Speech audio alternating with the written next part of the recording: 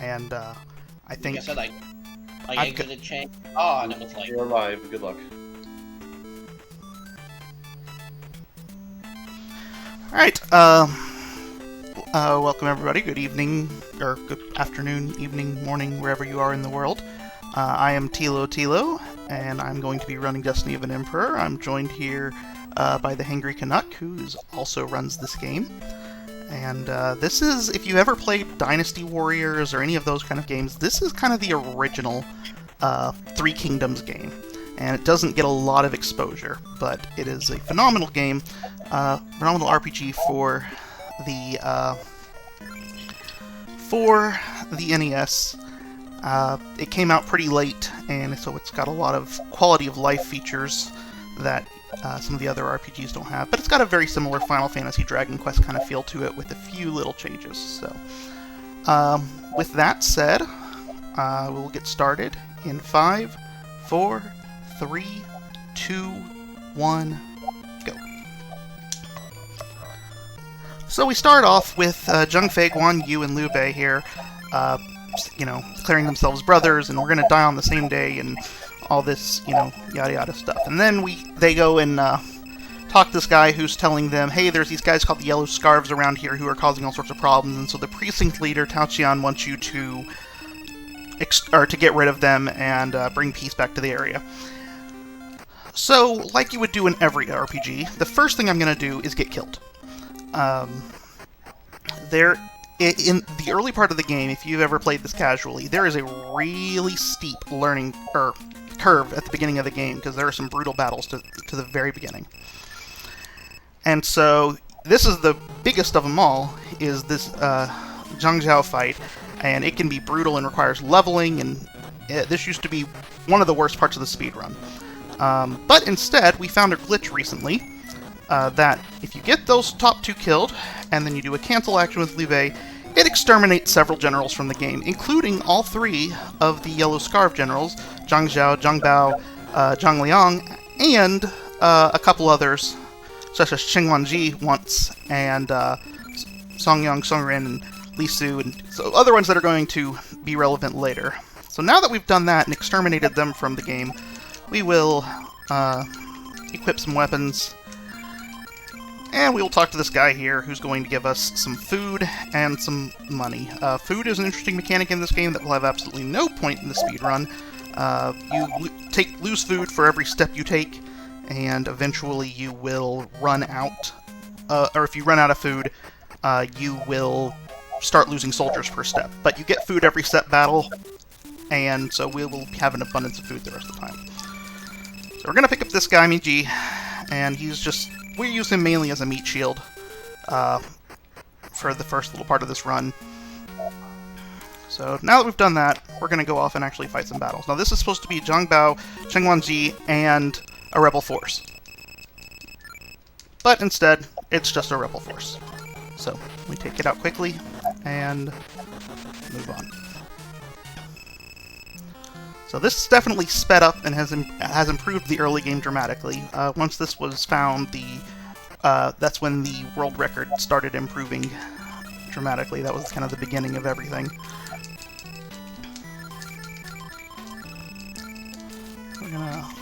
So this game has an interesting mechanic where you don't gain strength at every level like you do in a lot of RPGs. Instead, the damage you do, your strength is static, and the way you increase your damage is by increasing the number of digits of soldiers you have. So there's a multiplier that's based upon the square of the number of digits. So the multiplier, when you're at 3 digits, is 9. And that's why, even though Guan Yu and Zheng Fei are both stronger than Liu Bei, we're going to give the better weapon to Liu Bei, because he's going to stay over 100 longer. And so that's going to play a role in some of the tactics we do later in the run, where we want to make sure we keep soldiers above that digit threshold, or generals above that digit threshold. So this is one of the nice features in this game. You saw it when we tried to wipe, or in the other battles, but this all-out feature, which is basically we're just going to go and our generals are going to attack random generals, and their generals are going to do turns like normal, and hopefully everything goes well on our end to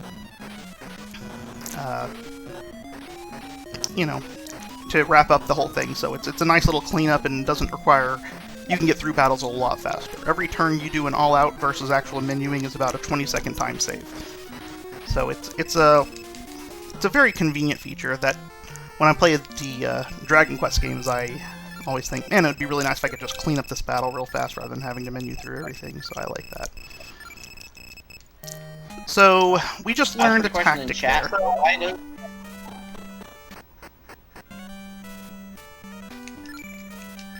Go ahead, Philo. Alright, we just found a, we just learned a tactic called Lianhua, and that's a fire tactic. And tactics in this game are basically the same kind of thing as spells. The only difference is that you have a strategist who has certain tactics, and when you make him the strategist, your entire party gets to use those tactics, and your entire party has a pool of tactical points that they can draw from. And so it's not an individual thing; it's a whole party thing. And every time you gain a level and a general learns a tactic, you will gain between 3 and 5 tactical points. And so ideally you want to get 5 every time, because the more tactical points you have at the end of the game, the better off you're going to be. But before that, so we're hoping for that. We're hoping for good tactical point gains. We just got a 4 on that level, which again is average. You got a 50% chance of a 4, 3 out of 8 chance of a 5, and then a 1 out of 8 chance of a 3. Whoops. We need to not defeat any battles right now, because we're hoping for... We're going to take a in-trip for safety here.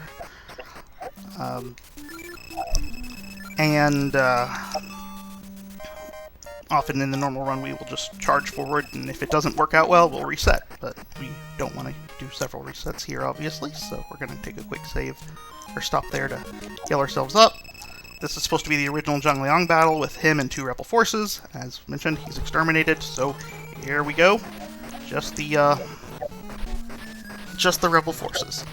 Then the next battle is supposed to be a brutal one. You're supposed to get Hanzhong, go around to this cave in the back, and you can fight the 3 yellow scarves by themselves without any issue. Or if you try to attack from the front, you end up getting these 2 plus the 3 yellow scarves, and this castle has the highest defense, or is tied for the highest defense of any castle in the game, so it's designed to be absolutely brutal and for you not to want to take the way around. But since we got rid of those yellow scarves, there's no issue here. We just kind of mow through them, and now we have defeated the yellow scarves officially, even though we exterminated from the game already. So now that we've done that, we're going to come back and talk to the precinct, the guy who's in charge of this little precinct over here. And it turns out he's fallen ill. And so he asks Liu Bei if he will take over for him in ruling this area. So we say yes, and we say goodbye to Liu Bei. Whoops. But fortunately, he offers his son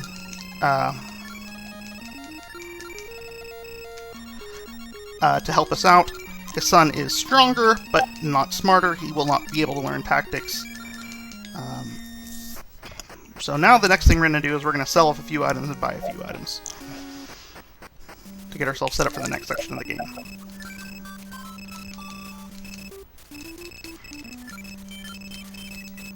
Yeah, and you can recruit the generals, but really most of them aren't worth it because only the tigers actually gain soldiers. All the other guys you get will just keep what soldiers they have. They'll never increase, so... After a while, when you're going against guys with like 3,000 or 4,000 soldiers, you kind of want a bit of an army behind you.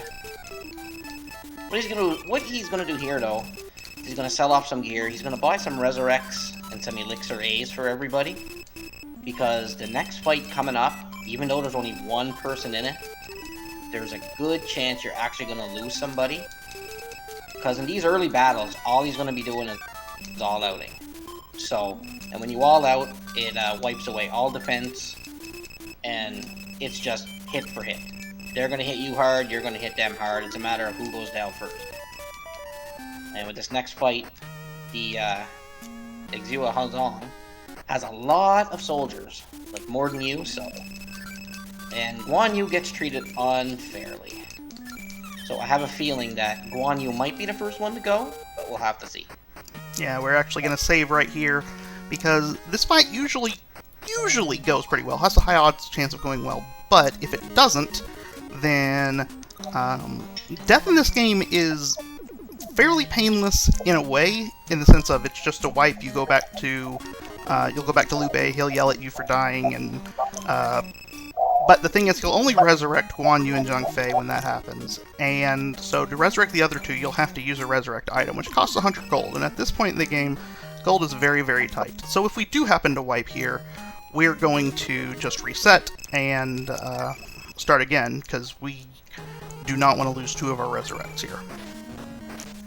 It also happens that the amount of experience you get is based upon the amount of soldiers your opponents have. Now, the rebel forces that come in these battles actually have a random amount of soldiers between a certain range, and so that can change the amount of experience you get per level, and that's relevant at a couple points in the game. So ordinarily at this point we've already gained another level, and Guan Yu and Zhang Fei have a few more soldiers than that, but we happen to roll low on all the rebel forces in the first section,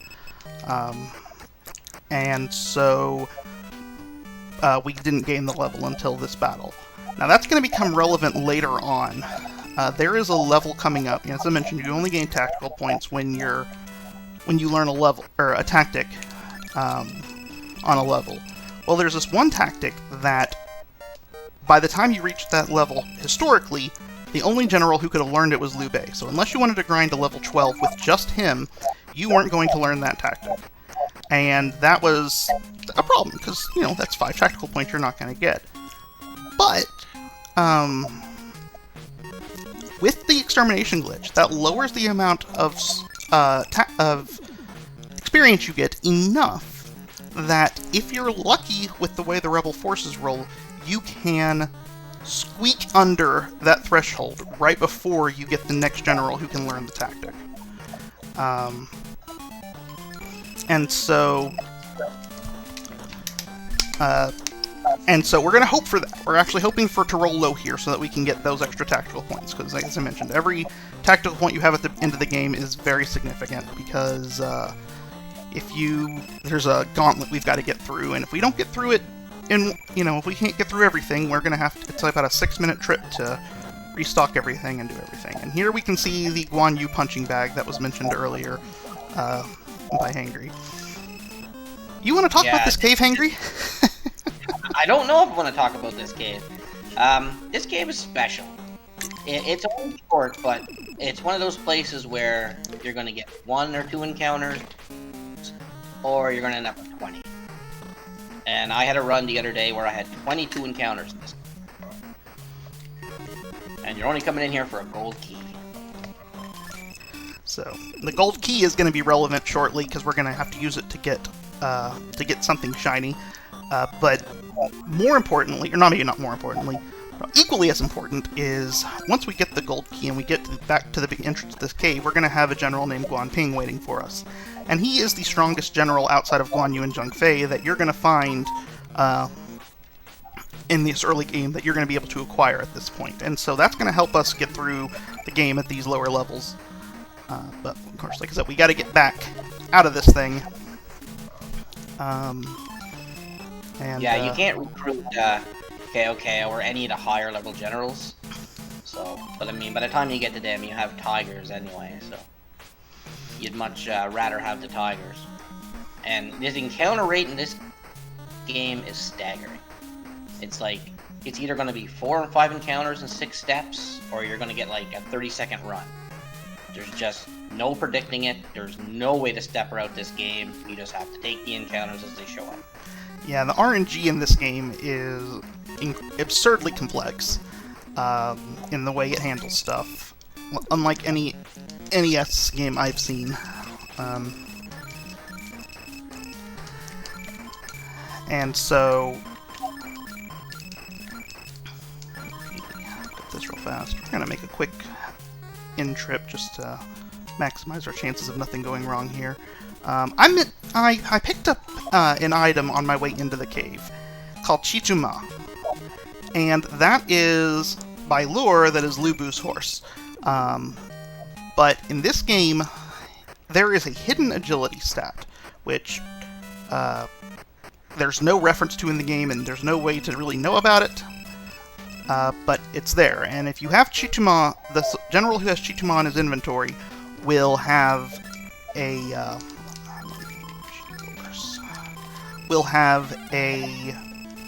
50% boost in their agility.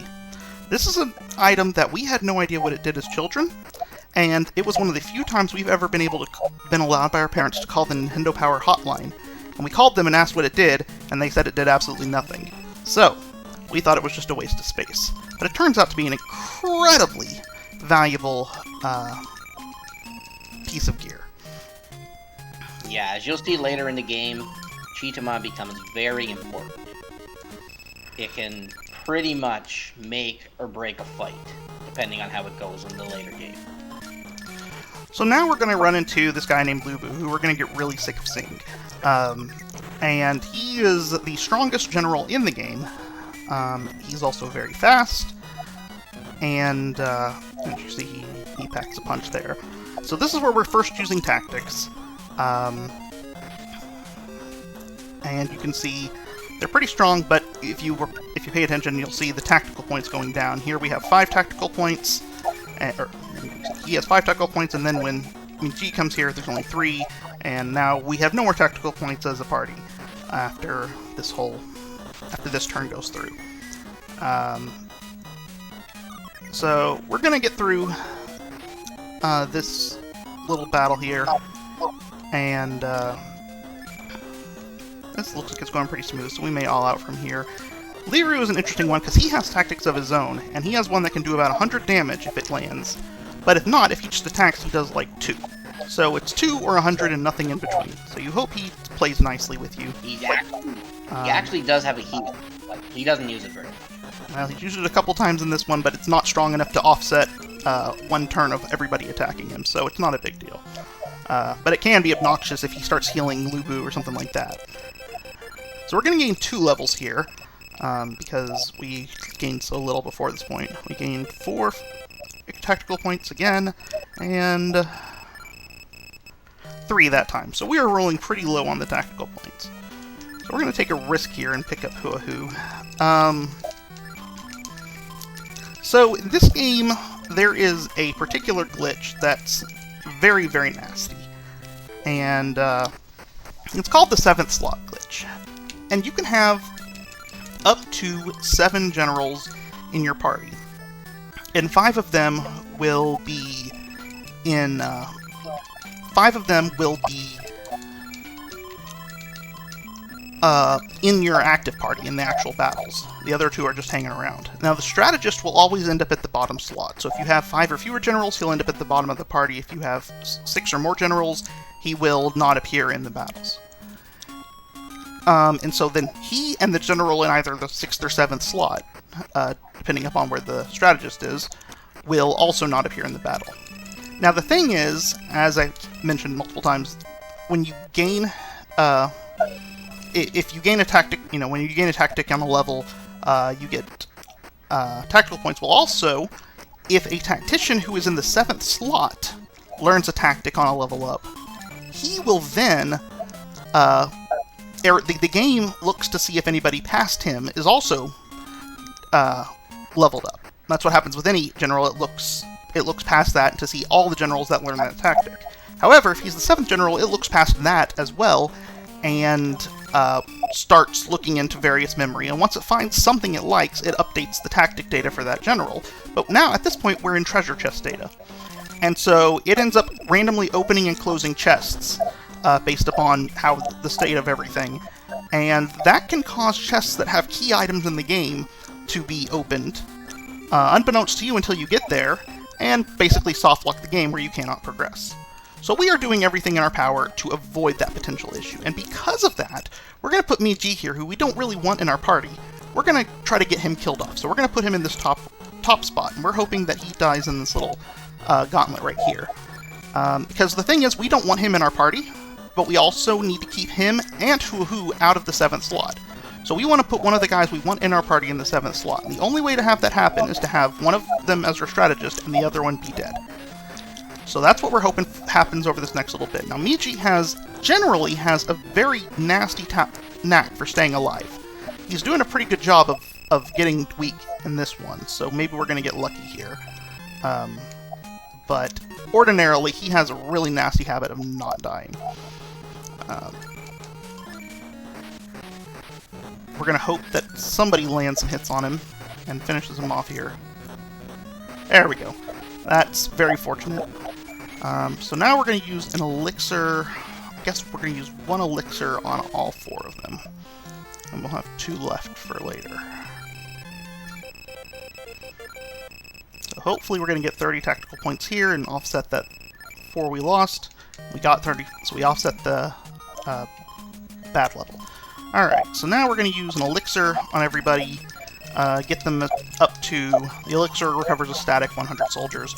Get them to something good, because in this game, the early game, it becomes a sequence of, well, this is the hardest battle in the game, and then the next battle, well, this is the hardest battle in the game so far, and then the next battle, this is the hardest battle in the game so far.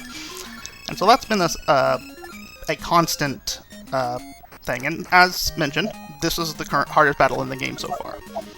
So, we want to be well geared for it.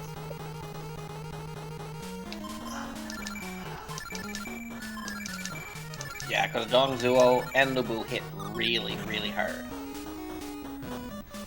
And they seem to like to focus on Guan Yu, even though, as we just saw right there, even though there's no good reason mathematically why that happens, it just feels like it always happens. Well, that's a regular occurrence. Poor Guan Yu. The good thing about the Resurrects in this game is they actually restore you with 400 HP, or 400 soldiers. So right now, the Resurrect is going to bring Guan Yu back with full soldiers. Yeah, those 400 soldiers are pretty piddly later on, but in the early game here, they're very, very nice. In fact, I'll often let someone die so I can use the Resurrect to give them a full heal, rather than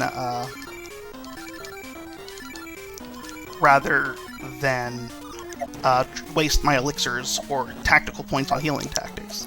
Now, the healing tactics in this game all have Chinese names, and wow, poor Guan Yu. All have Chinese names, and so unless you either know what they mean or have a manual, they're not obvious what they do. So I have this tactic called Shichen here that is a healing tactic. We have this Lianhua that we've used already, which is a fire tactic, and then there's some other ones that we're not going to actually use in the run. Dongzhuo is getting heavy hit after heavy hit. It's really nasty. What? You've died twice in the same... It can happen. That probably happens often, but...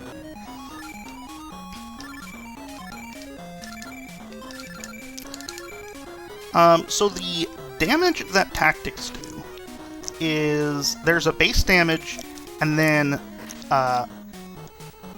the amplification of that is based upon the max of a character's strength or intelligence, or strength and intelligence. So Guan Yu with 245 strength actually does a lot more, even though he isn't necessarily, even though Hu is not going to hit very hard, we still want to use Lianhua usually with Guan Yu to get the most damage out of one use. Unfortunately, he missed, which tactics hitting or missing will become a big issue later on in the run. So here, we've at this point exhausted our tactical points, so we just get to focus our attacks here on Lubu. We need to we can't just all out yet, because we need him to get dropped down below 100 soldiers at least before we take any more risks, because, as I mentioned, that threshold, he's going to drop a multiplier from 9 to 4, so it's going to over half his damage, or reduce his damage by over half, once we drop him below 100.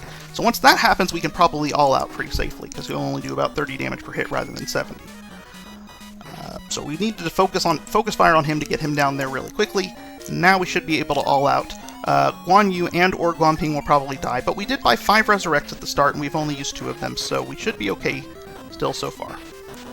And if we get lucky here, we can keep everybody alive by the end.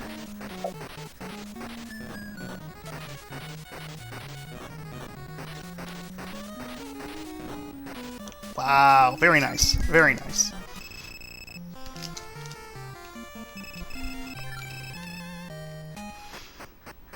So as we mentioned a long time ago, we got this gold key. Well, there's this little keyhole over here in this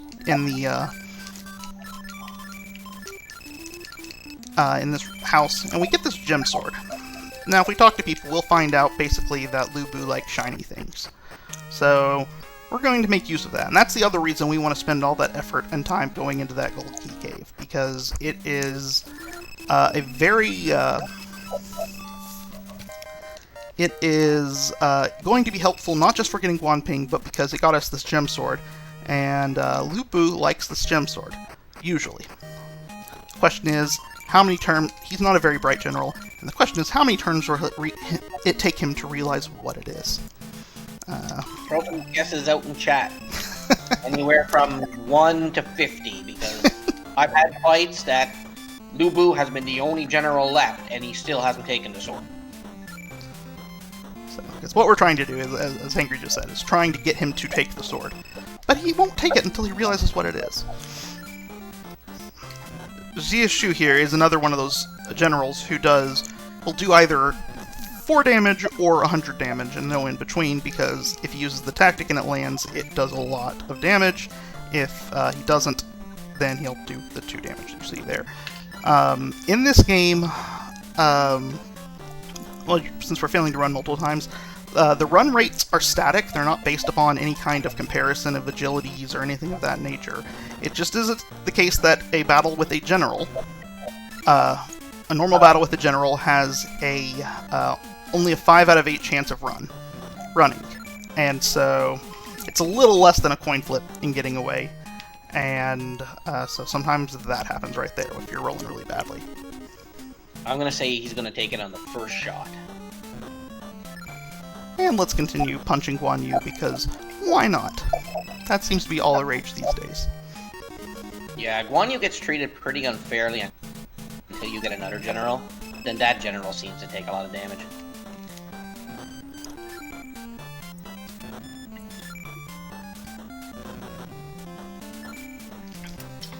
Yeah, Caroline, this is a good game that needs more runners. Right now, I believe there is only 3 active runners to this game. Thilotilo here, which is the world record holder. ACMLM, you see in chat, and myself.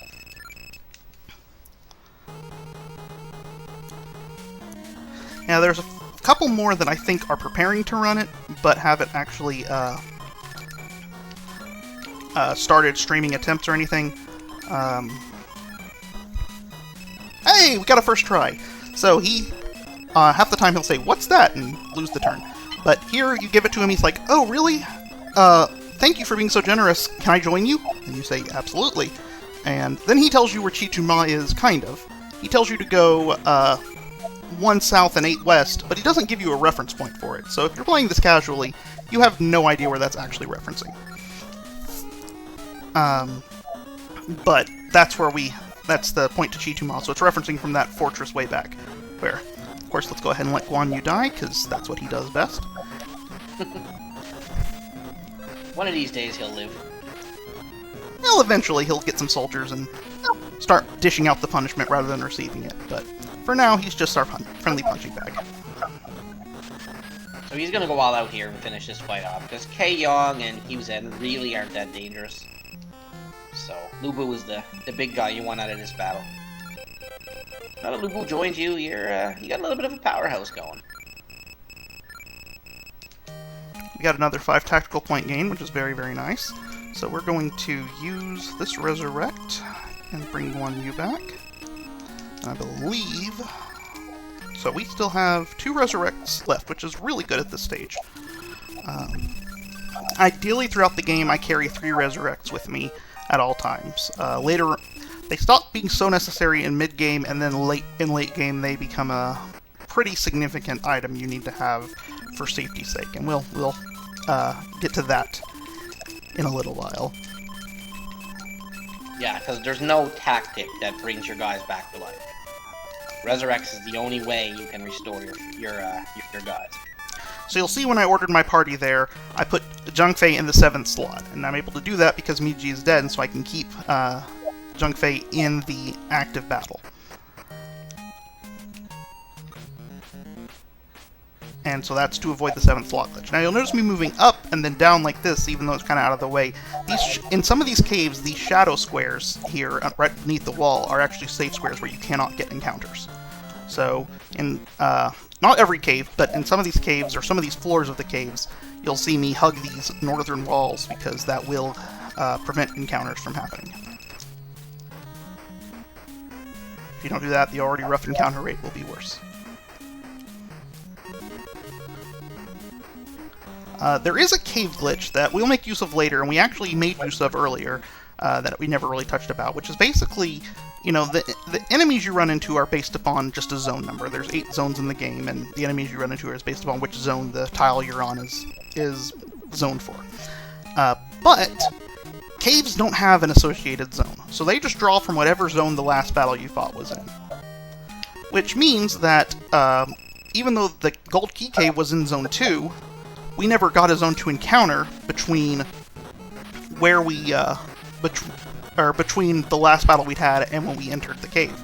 So the encounters we ran into were Zone 1 encounters, and that's nice because the Zone 2 generals can do a lot more damage and cause you a lot more problems than the Zone 2 generals can cause a lot more problems than the Zone 1 generals. So that was a very useful thing for us, so that we could get away and a failure to run wasn't going to be quite as catastrophic. So this is one that can be fun to all out. Sometimes things go well, sometimes they don't. So we'll see. If Zhang Fei or Guan Yu die, it's really not a big deal. It's the other ones we care about more, because there's a story trigger that will resurrect those bottom 2. So fortunately, they seem to be getting the punching bag status this time around. So we seem to be in pretty good shape here. Guan Yu hanging in there with 2 soldiers.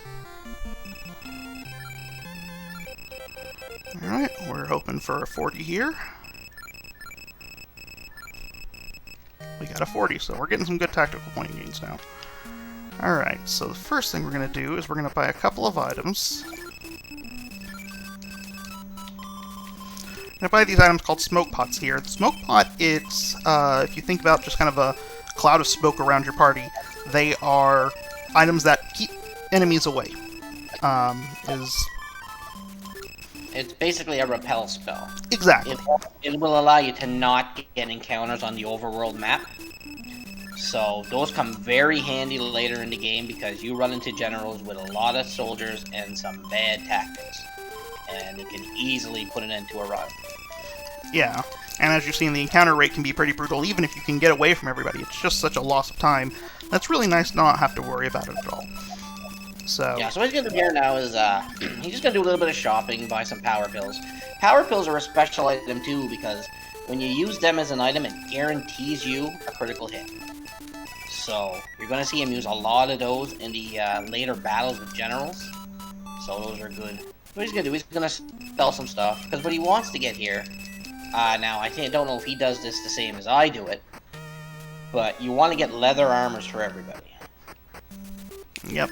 That's why he's selling all his extra items he's not using, because leather armors give you a bit of protection.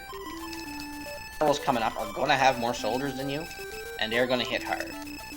So you're going to want a little bit of defense. Yeah, there's a specific battle coming up that used to cause me a lot more problems, and so I put the leather armors into the route here specifically for it. There's different decisions that different runners make on how to do gear in this thing, and they all seem to balance out pretty well, so there's not one defined best possible path. But for me, this has always been the best one, because there's a battle I tend to always lose somebody on. So now that we've done that, we're going to go save our game real fast. I mentioned death is not particularly problematic in this game, and so there's no real need to save the game, but this game has a nasty little bug that doesn't hit an awful lot. Oops, forgot to invite.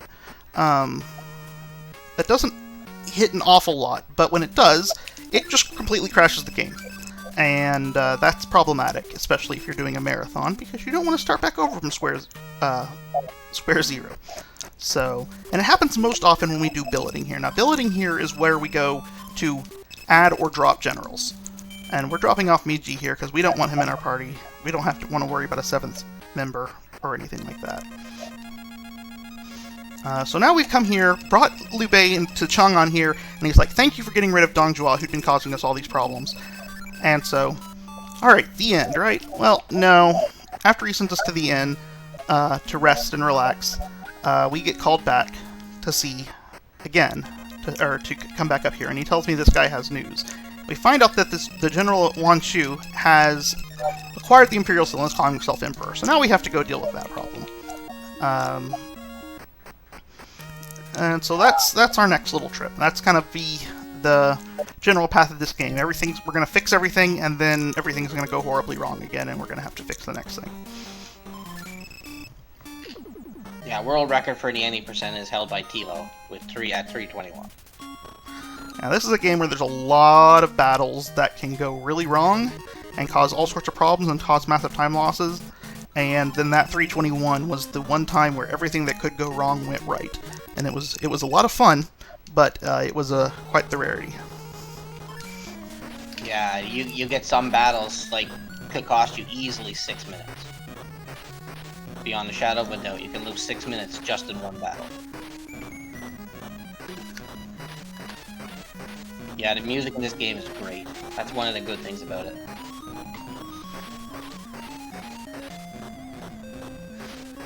So he's gonna go through a few more castles here, and his next target is Yanshu.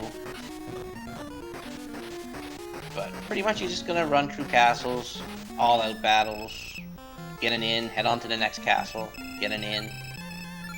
So...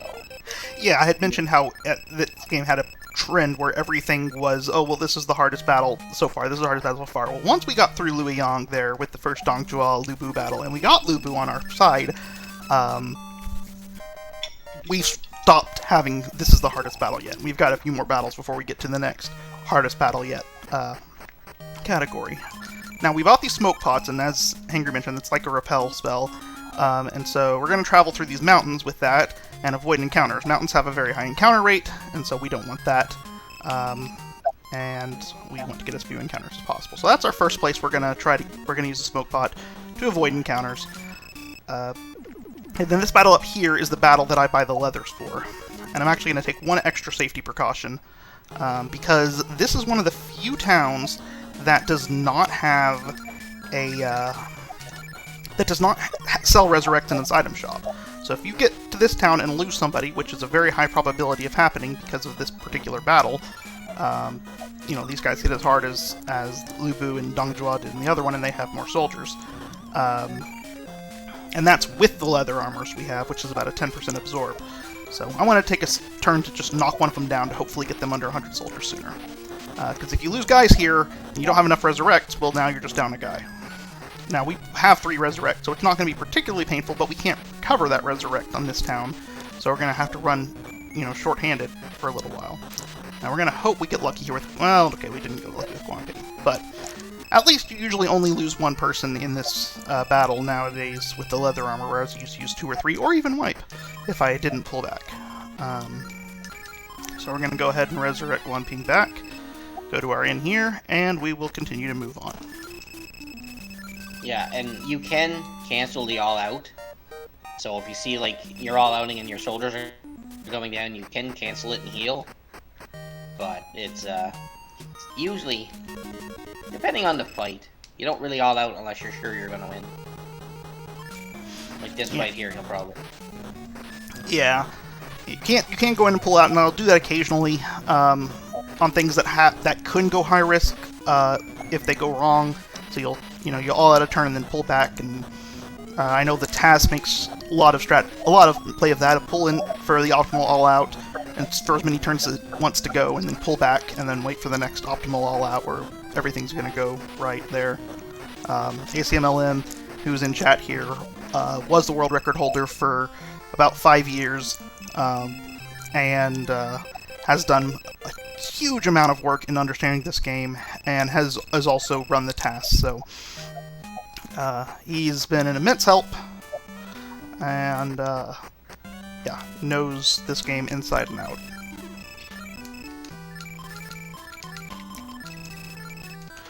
So even though this is one isn't hidden, we picked up a hidden club earlier, and we picked up some hidden axes, and this game, if you know where the hidden items are, you will become very overpowered very quickly.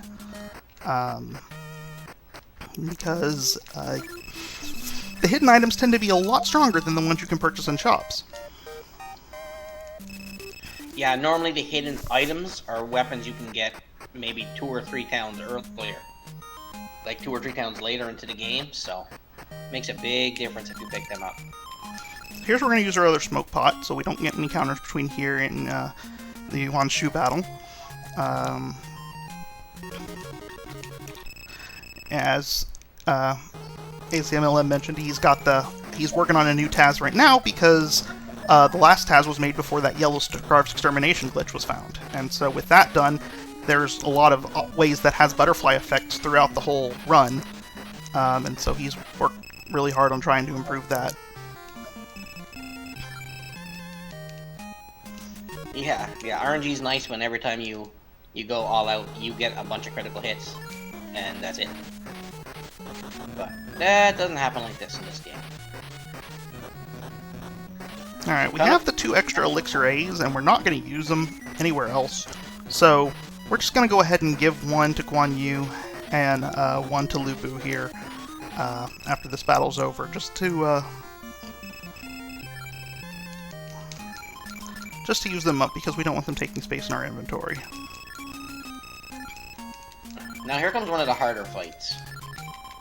That you're probably not going to see him all out right away. He's going to waste some tactical points. And then you're going to get to see them. This game has an interesting mechanic that the castles actually have a reduced, basically add an extra absorb to your opponents. So any damage you would do in a random encounter is reduced by a certain amount. And so that makes, it more difficult to fight these castles. And so, but this one castle has a distinct, special whatever that, if you attack it from the west side, it completely nullifies all of the damage. Now you'll notice I'm not really doing anything, worrying about Lu Bu dying, and that's because he's not going to be with our party much longer, so he can die, and it's not really going to hurt us too much as long as we get through the fight without any problem. Yeah, and so far everything's looking pretty smooth. So we're finishing this off, and so now he tries to run away, and Zheng Fei here, his army surrounds him and says, or catches, he's like, "No, I'm the Emperor, let me go." We keep saying, "No, no, no," and then eventually we just execute him. And that's that. You can let him go. If Zhang Fei dies in this fight, he automatically gets released because you can't trap him. And it's not a big deal, he just appears in a few fights down, so we're not even really sure if executing him actually saves time with the text boxes and not letting him go the first time. Yeah, we are discussing that right now of removing that particular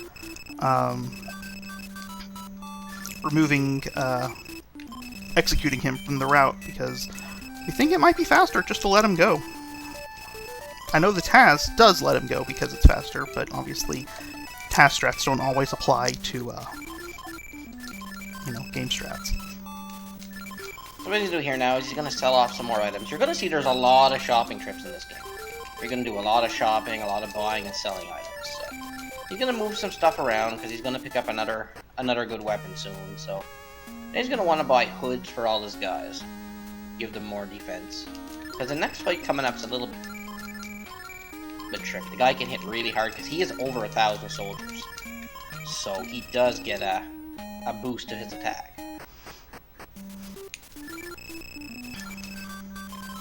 Yeah, there is a lot of menuing in this game, and, it can add up over time. So one of the big things about the route in trying to route this game is trying to figure out how to limit the trips as much as possible and limit the amount of moving around of stuff as possible.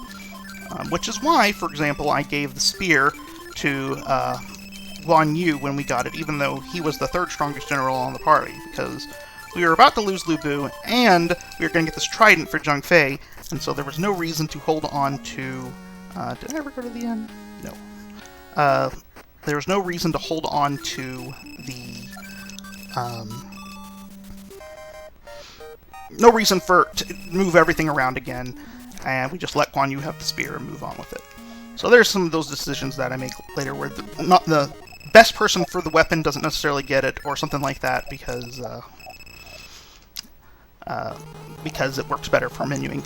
So what happens, we walk out here, and all of a sudden, Yuan Chu's brother, Yuan Shao, pops out and says, "Hey, you killed my brother, I'm going to take out on you." And we run into this battle, it's really nasty, and Lu Bu says, "Hey, by the way, I'm going to betray you guys and join Yuan Shao." And so they come out here, beat us all up, and Yuan Shao says, "Now go away. You're no threat to me." So we just, it gives us our next mission in the game. So we're going to come back here, go to our inn. You hope nobody dies there, because it's expensive, but it can happen if, a critical hit happens, or 2 people gang up on one person. And that's one of the reasons that we wanted to make sure we got all of our defensive gear before we went north. Because that prevents us from losing people in that battle. Alright, so now we've come up here, and as Hangry mentioned, we have a guy with 1,000 soldiers, and so our first goal is to get that under 1,000 soldiers. Now, Shenpei here is not really a risk because he doesn't have much strength, but Lu Guang has a lot more strength and can cause a lot of problems if we don't get him below 1,000 immediately. So we usually take that one turn to try to knock him down. Now sometimes you'll see the pink bar here just drop dramatically, and that's because that's Zhang Fei's trident, which is doing massive amounts of damage. And you'll also see I'm letting Huohu die here. I don't really care what happens to him. Ideally, in an ideal world, both he and Lu Feng die here, but I don't think Lu Feng's gonna die. Again, we're talking 7th slot glitch kind of protections and stuff like that, so...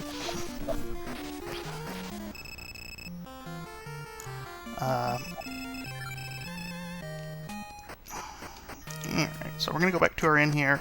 We're not gonna worry about Huohu dying, because we're gonna get rid of him fairly soon. We're gonna come over here and talk to this guy, and he's gonna ask if we've been to the cave yet, and we're gonna lie and say yes, because there's an area blocked by debris, and so he gives us gunpowder to clear it out. So we'll do with that. Now, if we go up here to the north, we've got this lady who is screaming, "Shuja, my love, where are you?" And she's blocking the bridge. So we've got to find this guy. That. I think that's what I need. So we're gonna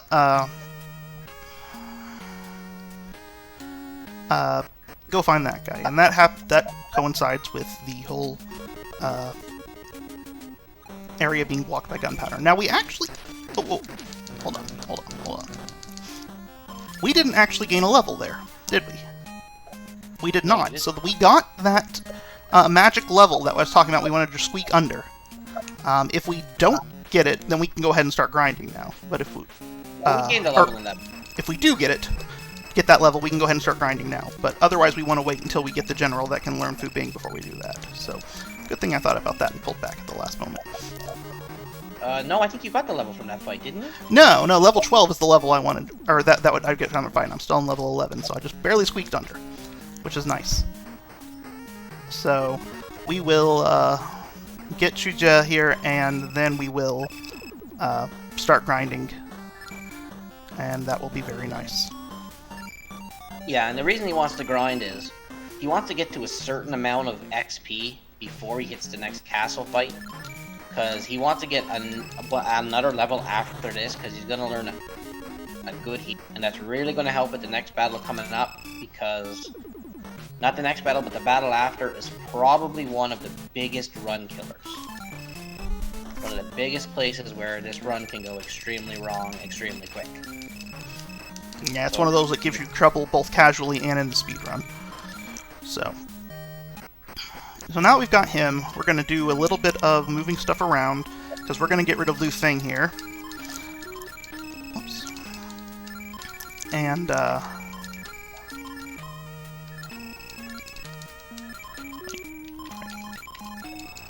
yeah, I like the bars underneath the guys. I used to love that.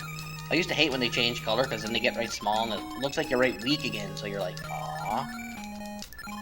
yeah. Yeah, as you just saw, they changed color once you get their first general that's over 500 HP, which Jotsang here is. Then you have that resurrect. I want to go to you. And then... There's also something neat when you remove and add members. If you remove one member and then add a member right away, the member you add actually gets the inventory of the guy you just deleted. So you'll see him do a lot of send one guy out, send one guy in, then maybe he'll take the same guy out again, doing an item manipulation to make sure the right guy gets the right items. It saves a lot of time for switching stuff around. That's exactly right. It's part of that whole reducing menuing strategy there. I can remember when I was a kid, I used to rent this from the store, and every Friday I'd go down and rent it again and pray my save would still be there. I got lucky, and probably being in such a small town that nobody else played the game, so every weekend my save was still there.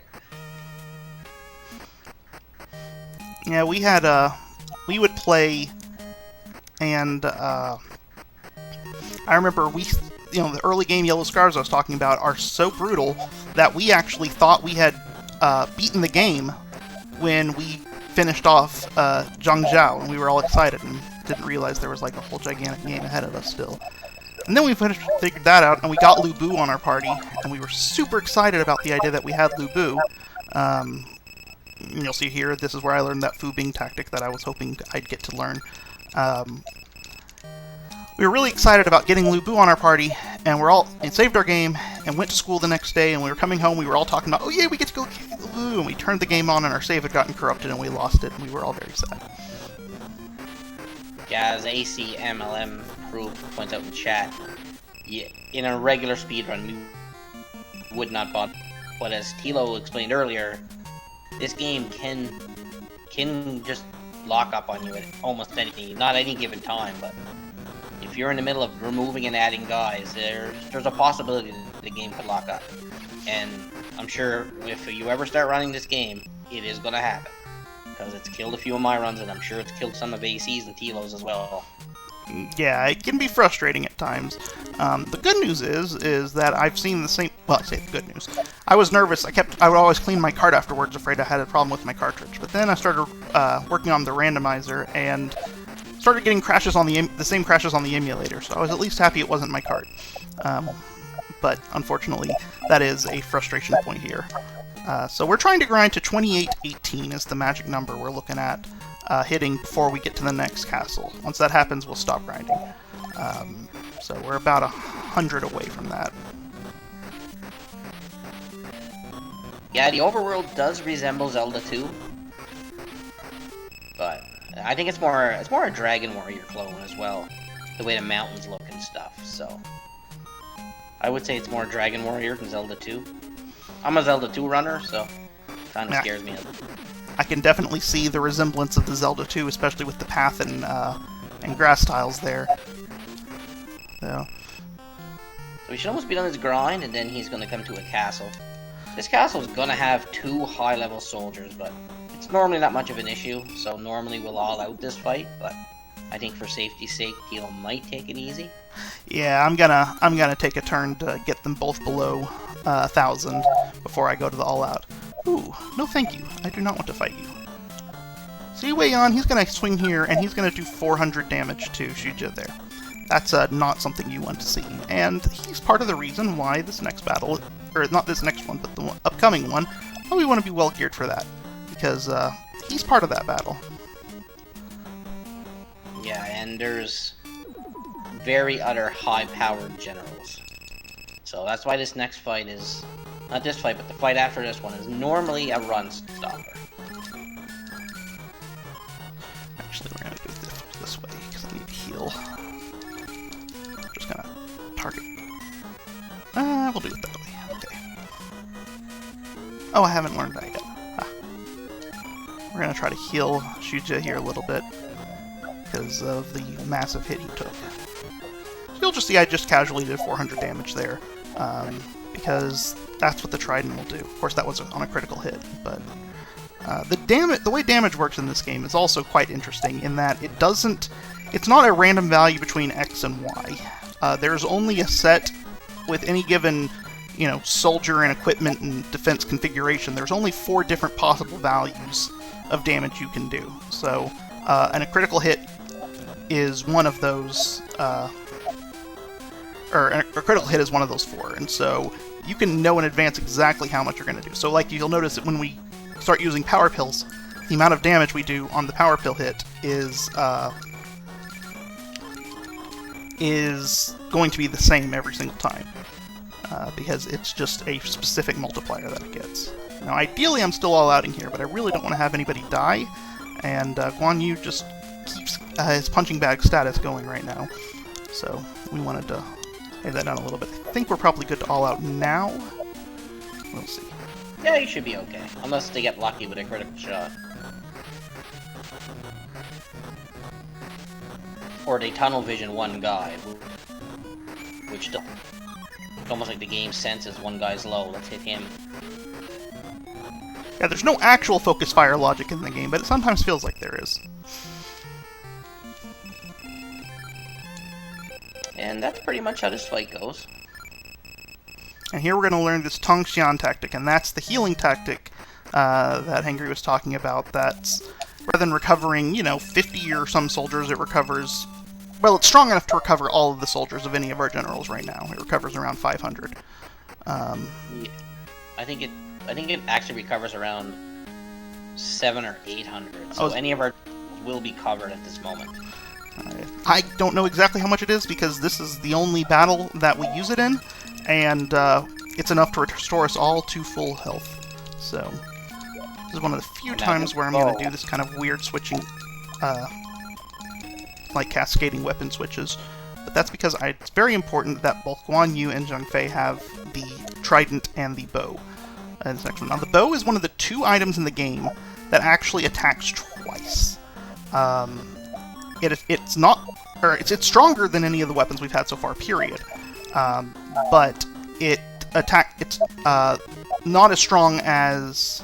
Both attacks together are pretty strong, but it's weaker than the Trident. Each hit is weaker than the Trident, but when you combine the 2 together, it does more damage than the Trident. So it can be nice. The only problem with it is that if you use a power pill or get a critical hit, it only applies to 1 hit. So here's the battle that gave everybody nightmares casually. And as you can see, we are a little outmatched here. Without a critical hit, we're in decent shape. Or not correct, a surprise attack. So we're going to use our power pills here, and the first goal here is to knock Huangzhang and Wei Yan below 1,000 soldiers, because they hit, as we mentioned, this takes them from a 16 multiplier to a 9 multiplier, and that's a really, really significant change. So we're going to use this bow here and drop Huangzhang down. And then we're going to drop Wei Yan down there. And now they've got that in a little safer mode. We're going to focus fire on Huangzhang here. We're going to go ahead and hit Zhang Fei just to be safe. You'll notice I gave Chituma to Shuja here at the bottom before this battle. And the reason I did that was because he's got a high enough agility stat that he's almost guaranteed to go first in this battle. So if there's somebody who desperately needs a heal, he can get that off before any of the opponent's attack. Because if you try to use it on a soldier who's been killed, it will subsequently just fail. It doesn't move on to the next one. So this is going pretty smoothly as things go. Need to get one more turn to heal up Guan Ping here, but after that, we probably can all out. But it's just, if you get surprise attacked or they knock either Guan Yu or Zhang Fei below 100 or focus fire on one general, then things can start getting a little obnoxious. Actually, I'm going to do this. I'm going to heal him, attack, and then heal him. So, I want to get Guan Ping up to full first. We're going to see if this should get Han Xuan below 1,000, and neither of these two are particularly strong, so all outing them at 4 digits, they were doing less damage than Huang Zhang and Wei Yan were at 3 digits. Now, Zhang Fei was just blocked, so didn't get him below 4, but it'll get there pretty soon. Generals at the top of the party are more likely to get hit than the generals lower down. And you'll actually see me a lot with, like, Zhang Fei, put him at the bottom of the party, even though he will often have the most soldiers. Because we actually want to keep him above that, you know, the soldier number threshold. So now that we're here, this Wei Yan and Huang Zhang that we just beat up say, hey, let me join you. And we are very happy, very eager to have them join us because they are very strong. Wei Yan is going to have those 1,300 soldiers that we saw him have. Huang Zhang is one of these tigers that gains soldiers at every level. So he's actually going to have the amount of soldiers commiserate with what his level was, or what his level would be, or commiserate with how his growth should be for the level we're on. So he's going to have a lot less soldiers than that, but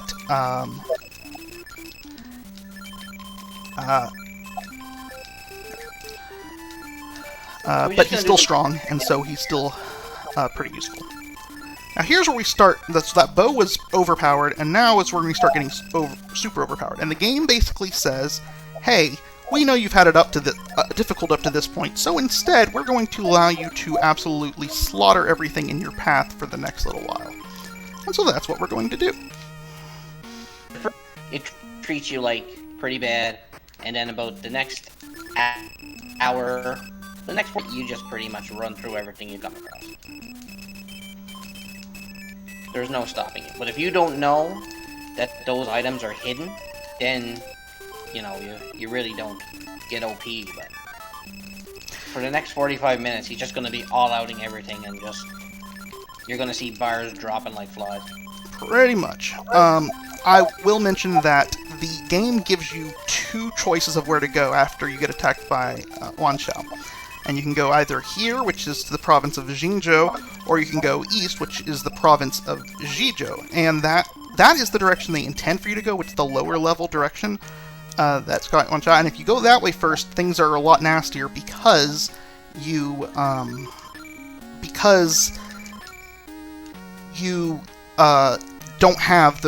don't get these good weapons in that direction. So we make an effort to go south first, even though this battle is kind of a roadblock ordinarily, casually. We go south first because it allows us to get overpowered and clear the east side without any effort.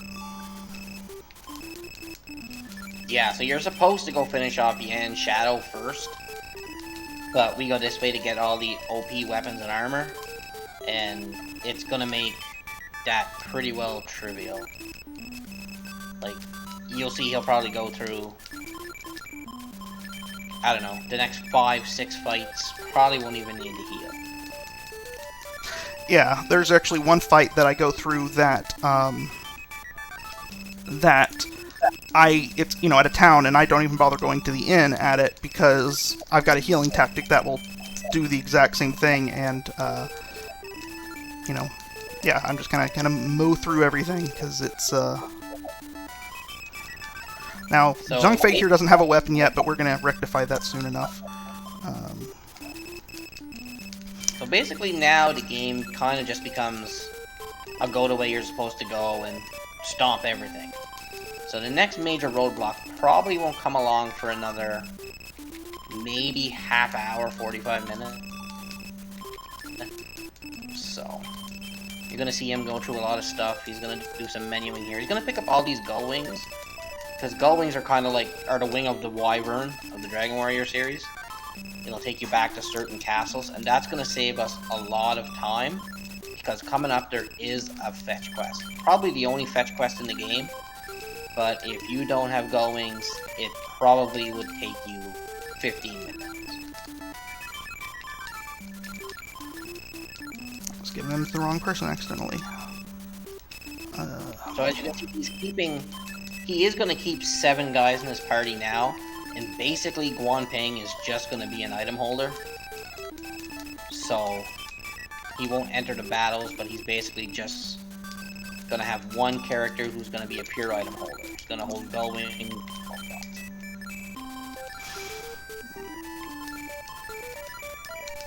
Yeah, and I keep Guan Ping in the party, as he said, as an item holder, and I always make sure I place him 7th, because I don't want him in battles anymore, but he also doesn't learn tactics, and so he protects us from that glitch. So did I go back to the inn? I did. I always check that, because inevitably I fail to go to the inn very frequently. So we're going to move on our merry little way. And so now we've got Wei Yan, who has a sword which is does massively more damage than anything we've seen up to this point. And on top of that, he's got 4-digit soldiers. And if that weren't enough, when we give him Chi Tu Ma, his agility maxes out. So just like we were having with Shu Zhen the last turn, he's almost guaranteed to go first. It's not a complete guarantee, but especially at this point in the game when enemy generals aren't really close to having maxed agility, he's got an incredibly high odds of going first. You'll see I had this general here that gave me a lot of trouble at a castle before, and we just watched him go down to nothing in one hit.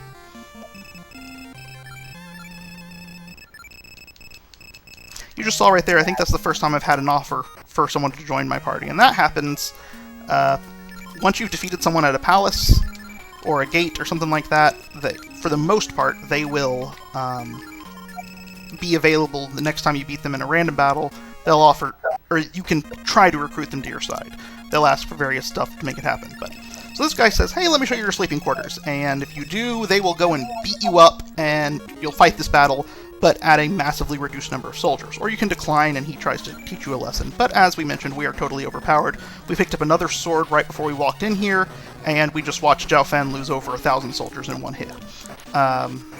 So, pretty simple, just mow through right there.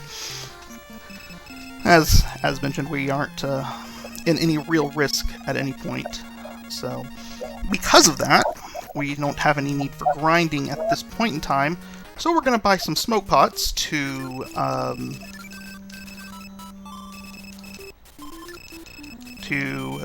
decrease the amount of time it takes us to get around this last part.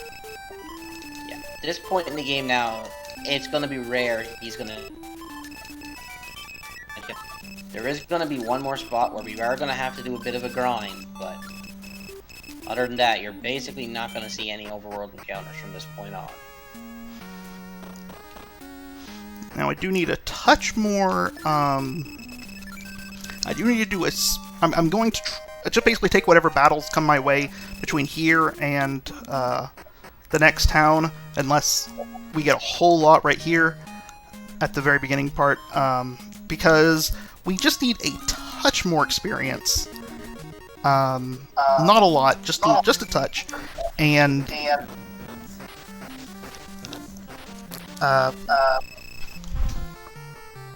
hearing an echo. Just need a touch more experience and a little bit more gold, and so we're just taking these guys and they'll give it to us.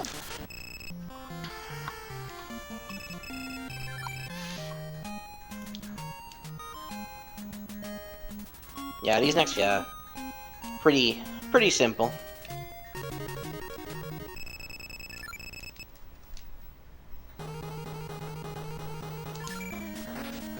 So, didn't run to a lot of battles, but I think we ran into enough to get the money we needed. We want to make sure we have 4,000 gold at the end of this battle, or we're going to have to do grinding, and that costs us time we don't want to spend. Yeah, because the less grinding you do in a speed run, as everybody knows, you gotta go fast.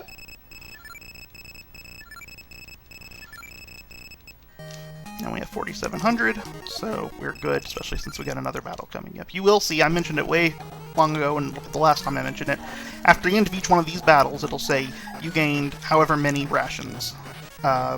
And that's kind of where I talked about, food keeps going up, so you don't have any particular need to worry about it throughout this game. If you do a lot of grinding, then you might have to, if you do a lot of grinding casually, eventually you'll run out. And even then, sometimes not. You can get to max level without ever running out if you do it right. So this guy says, search the area in front of me, and so we do, and he gives us another sword. So we give that to Guan Yu. We're going to pass our bow over here to Zhang, and massively upgrade his attack. And now we're going to use the first of our Gull Wings, and we're going to go back to Nanyang here. We're going to go to the inn here to recover what we just lost, and then this will be the last inn we go to for quite a while, for the next several battles. Unless something goes horribly awry. So now here's an item in this town that a lot of people have probably missed running vanilla. And I know I've forgotten it a time or two in a run. It doesn't go very well. I actually specifically don't go to the inn in the town before the Gull Wing, so that I know I still have to go to the inn, because it forces me to enter the town so that I will get the,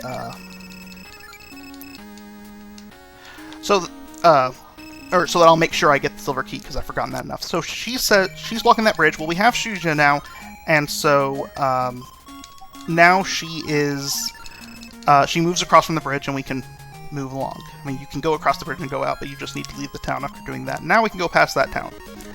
And so we take out this battle. This is the battle that, if you decided to go east first, was going to be the major roadblock, because these two generals, Yan Liang and Wen Hun, are incredibly powerful and will cause you all sorts of problems. But as mentioned already, we are overpowered. We can drop them very quickly, and we have the Wood Helms, which are a massive defense boost, especially at this point in the game. They by themselves are over 20% absorb. And there's the magic healing tactic. Now you're not going to see him get an in for quite some time. Yeah, that Yinxian is an AoE healing tactic, and so we can use it, and basically it's the same thing as restoring all of our party, because it does a little over 1,000 soldiers recovered for every general.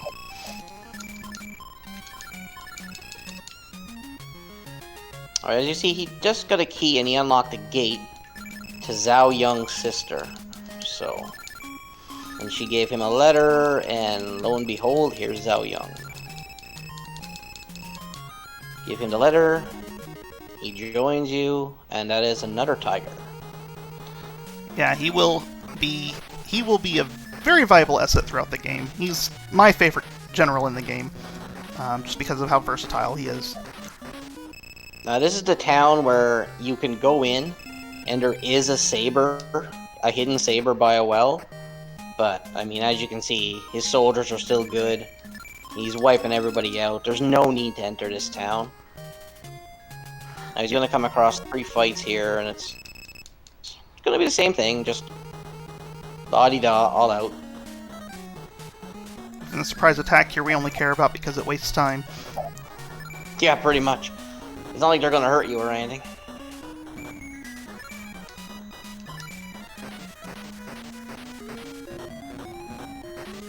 So yeah, this is the treat the game gives you after the first hour of taking a beating. It says, here you go, here's a little bit of a reprieve, now you can give out the beating.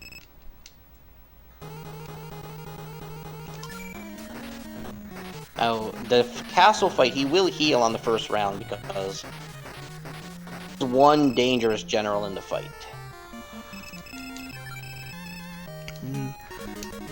I mentioned we'll get sick of seeing this guy, and sure enough, there's our friend Lupu yet again.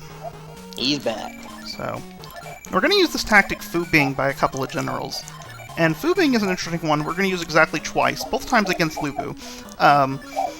it, you do your normal attack, and then you get a hidden soldier attack as well that does about 70% of your normal damage.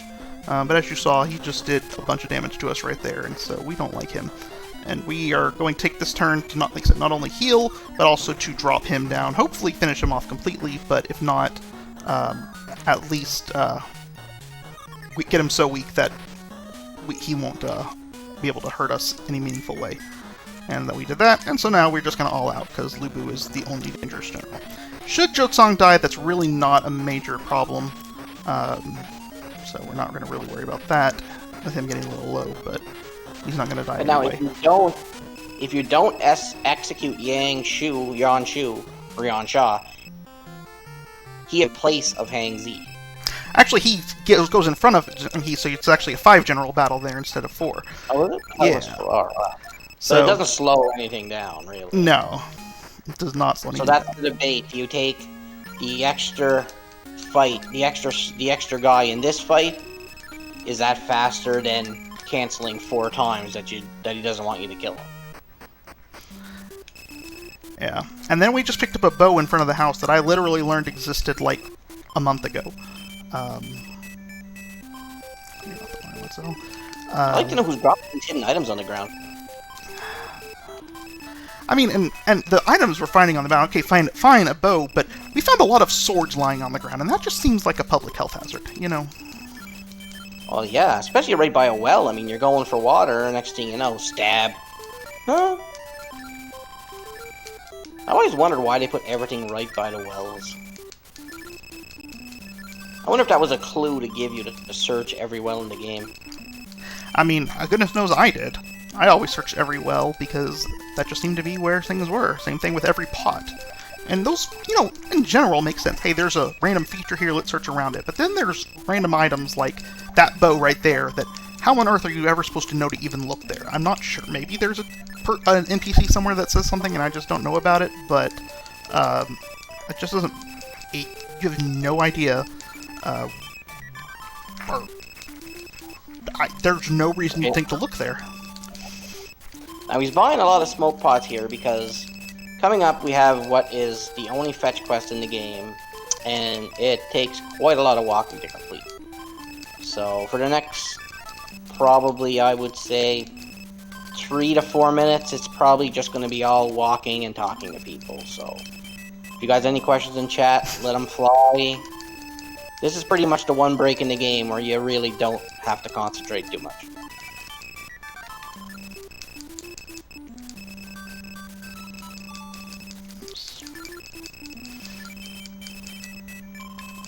There is also a randomized version of this game, as Tilo said. If anybody would be interested in trying that, it is actually quite fun. Yeah, I started working on it about a month ago now, so it's still in its infancy, but it is. I've had a lot of fun working on it, a lot of fun doing stuff. And, So he's buying all these power pills now because he's not going to use them for quite a while, but menu now while you're in the shop, it'll save you time later on. So this is yeah, something. so like I said. Go ahead. This right here is something that ACMLN found out about recently, and that's you can invite Liu Bei, and even though you're not in the right place to invite him, it says he's going to Guiyang, and so it takes him to Guiyang. And so as soon as I save my game and reset, when you reset your game, you go back to wherever Liu Bei is. Well, it goes ahead and put him at Guiyang, and so now I'm here. The good news, the thing is, the next thing I need to do was come here and talk to him, talk to Liu Bei, because he's going to give a letter to Xuzhi saying his mother's ill, and Xuzhi's going to leave our party. And that's going to move us on to the next chapter of the game, which comes along with an overworld music change. So, if we go outside, he's going to be waiting outside the castle telling us, hey, there's this guy, Zhuge Liang, who you want to go find, make him your strategist. And so that's what we're going to do. We're going to go find him and make him our strategist. And meanwhile, he is going to pick up another general on this trip who is very important later on in the game. You won't see him in combat. He's very important to have around, and that will be explained later on. So we go and go to Zhuge Liang's house here, and his brother says, hey, my brother's not here. He may be in the home of Suizhou's what's his name now? Oh, that's where I wanted to go. In Lusong Village, which is the starting village you have. And so we're going to pick up Ma Liang here, as Angry just mentioned. And then we're going to Gullwing to the very place we started and head out that way. Yeah, we'll take our chances. Okay. Head out that way. And if you talk to this guy in front of the house, he says, Sui Zhouping here is never home. Well, it happens to be this is the one location where he's actually here. And he says, oh, Zhuge Liang was here. Well, now he left. So we're going to go back to his house and see if we can find him this time. This is where all these gullwings and smoke pots are going to come in real handy now. So, back to the kid's house. He's going to give you some bad news. I've always wondered about getting Pang Tong. Because I used to remember when I was a kid, Pang Tong was like the guy you would hunt for. Yeah, he's nice, but he's, if you don't get Zhuge Liang, he's nice. But if you do, he's got a lot of soldiers, and so he's a good person to have in battle if you want to use a lot of tactics, but we don't use a lot of tactics here because, you know. Now we gullwing back to Nan Yang. He's going to invite Lu Bu. Lu Bu's going to say the kid was here, go back to the house. Yeah. You're going to walk back to the house again. But before we go there, we saved our game as well because we're going to go back to billeting and, we're going to drop off Zhou here, and we're going to pick up Zhao Yun, who we got earlier. And then we're just going to drop off Ma Liang and not think about him for a little while. And we'll look around with 6 party members for just a few moments. But as Angry said, we're going to go up here to Liu Bei, and he's going to tell us, hey, this guy's brother came here and said his brother's home, so you should now go to his home again. So we head off again, hoping desperately that this time there's actually somebody there waiting for us. Is this going to be the time, or are we going to be sent on another ghost chase? Tune in about 30 seconds.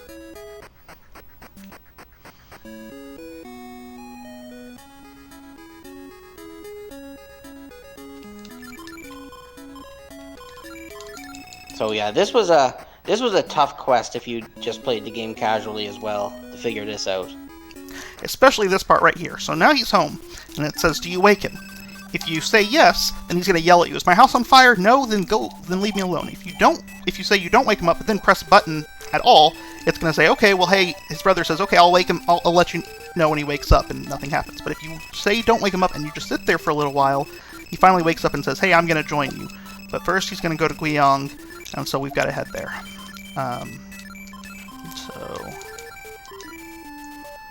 So now he's gonna hit a gullwing to Changsha, head south, and get what is the best tactician in the game. Mm-hmm. The amount of so your party has a number of maximum tactical points. Oh, before I do that, let's go story here. So he says while he's here, he ran into his friend Zhang Song, who told him that Chu are being raided by rebels, and the governor Lu Jing is begging you to come to his aid. So you're gonna go. He's gonna accompany you. And so let's do a little bit of reordering real fast. And so, yeah, off we go to deal with that particular problem. Now we're going to buy a few more smoke pots to make up for the things we just spent. And then we're going to head into the land of Shu.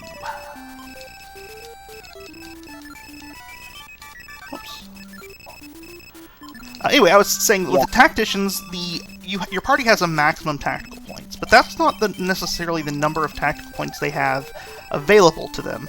The number of tactical points they have available to them is based upon the general's intelligence. So, and it's based upon their intelligence out of 256. So Zhuge Liang, who's the smartest general, is 255 out of 256. You just lose 1 off your maximum for that. But another general who's got like 200 or strategist who has like 200, you're only going to get 80% of those maximum tactical points to work with. The number, or your intelligence also determines what tactics you'll learn. And some generals can actually be too smart to learn. more often, the generals aren't smart enough to learn. So it's very important to have him, or to have, or it's very nice to have Zhuge Liang here, because he, very nice to have him here because he has all these sorts of tactics, but as we mentioned, we're going to have Ma Liang later, and that's because he's going to learn a tactic that, based on the way this game works logic, that Ma Liang is, that Zhuge Liang is actually too smart to learn.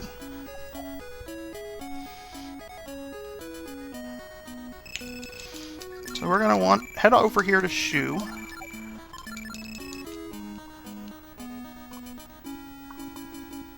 Hey, Blay, what's up?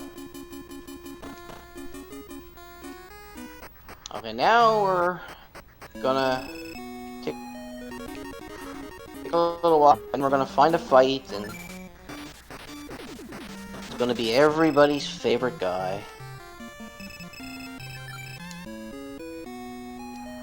So yeah, we're just gonna go hunting real fast, and let's see if we find him. No, we're just gonna find some rebel forces, so we're gonna take them out real fast, get a little bit of extra experience, because these guys, as you can see, the soldier number just shot way up.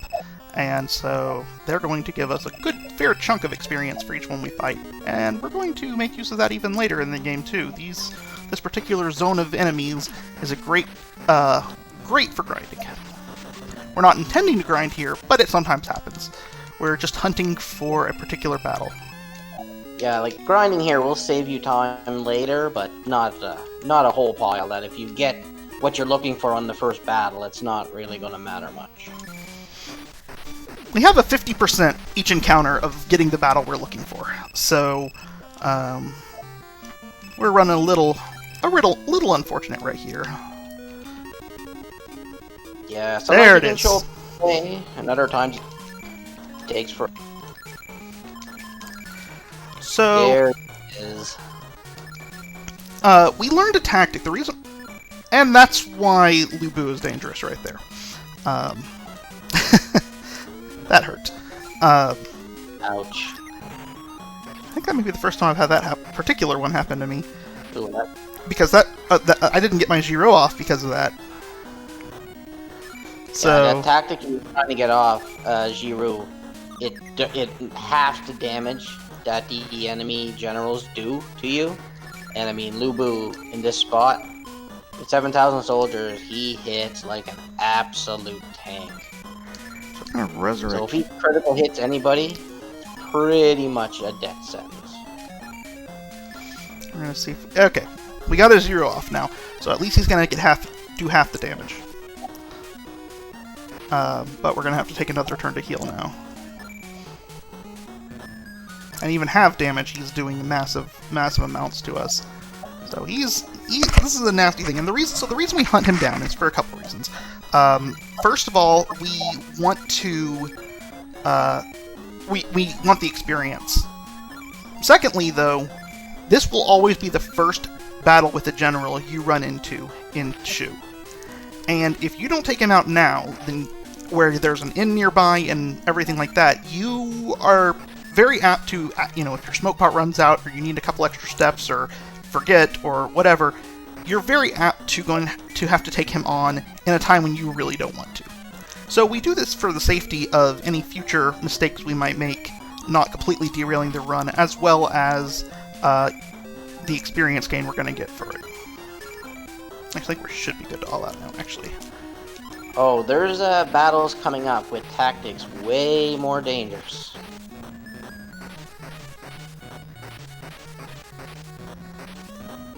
Without Jiro, I don't know how we get through this next section of the game. So they were very generous to give it to us. Jiro is really nice when you have it, very not nice when your opponent has it. So we're going to learn this tactic, Beiji. It's going to replace Fu Bing in our tactics list. And it actually doubles your attack damage when it lands. The buy kill of the Dragon Warrior game. There you go. Exactly. And that is the tactic that makes Zhuge Liang too smart to learn the other tactics, because he will never not learn that, and the other tactics, because he's smart enough to learn that, and the other tactics that don't require as much intelligence to learn would sit in that same slot. but they're never going to get rid of Beiji, so... So a lot of the fights coming up, you're going to see Giru and Beiji get used a lot, along with power pills. Because you're not as overpowered as you were 25 minutes ago. The fights now come down to strategy again. Yeah, we're gonna refill that resurrect that we lost at Lubu because yeah, like Thilo explained earlier, it's always good to have resurrects on you because you never know when you're gonna get, you're gonna get surprise attacks and the general is gonna hit an excellent blow and he's gonna wipe you out. So now we get to use lots and lots of smoke pots to get through Shu, which is a nice and winding road. Yep, so here we got another little bit of a good 5-minute walk ahead of us. So, how's everybody in chat doing? Enjoying the game so far?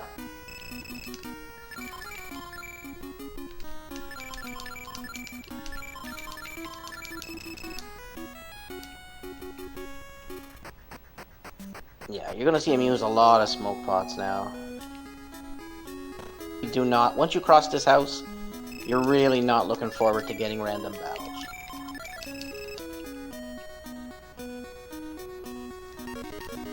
Walker the Third, this game is very, very neat. I used to love it as a child, and I actually never knew the speedrun to it till actually Thilo started, and that's when I started running it.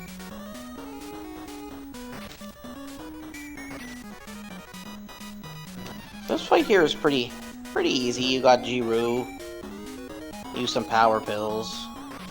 Yeah, that Jiro, Zhang Ren is one of the strongest generals you fought in the wild up to this point, and so he can, with the weapons he has, one of the things that makes these battles in Shu so difficult is not just that they have more soldiers, which is true, but the enemies also have weapons, and as we've seen, our weapons go up, our damage goes up dramatically depending upon the weapons we have.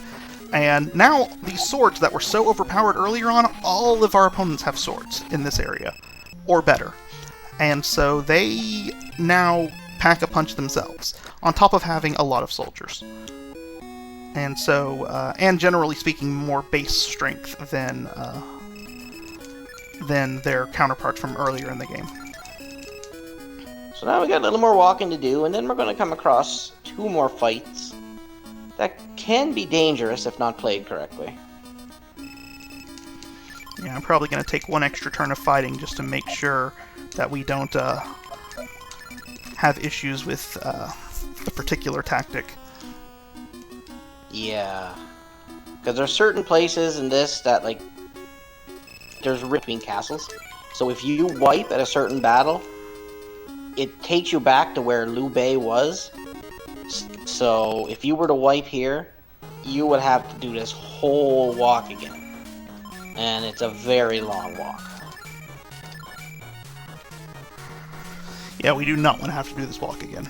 I mean, we have gull wings which can take us to certain castles, but not all of them. So like this one we're about to go to, we actually can't go to. And we can't gull wing to, and so if we die from now until the next castle, we're in trouble. So we don't want to do that. And this next battle upcoming has the potential, as Angry said, to be problematic, because you have a general that has a rarely seen tactic in this game called Jitsu, and it completely nullifies every status tactic that you've used. So that means Jiro or Beiji get nullified. And that's bad because you need Jiro against the other opponents in the battle. And so even though doesn't actually serve a lot of danger to us, we are actually going to focus our fire on the tactician here to get him down before he has a chance to nullify all of our protective spells. So you're going to use that. Actually, no, you're going to use... So you're going to see Giru, and there's going to be a lot of Beijing. I don't know if I've seen Giru yet.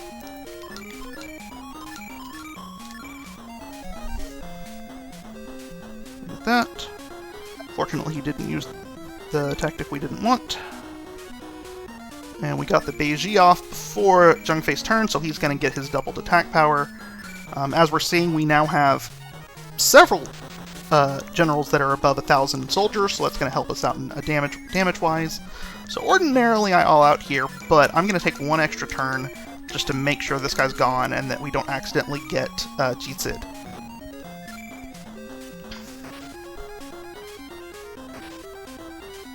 Because once Faz Zeng is gone, Yan Yan and Yang Hai, they're not really that much of a danger to you. So you'll pretty much be able to all out once Faz Zeng is gone. He could have probably all out this round, but he's just going to play it safe just in case. Just in case something like that happens. That would have completely wiped Huang Zheng there in, if they'd gotten off the Jitsu. As it is, he's still a pretty good risk. Alright, we should be good now.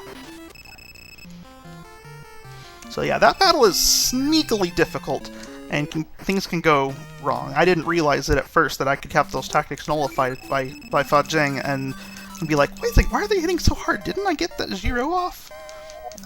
But...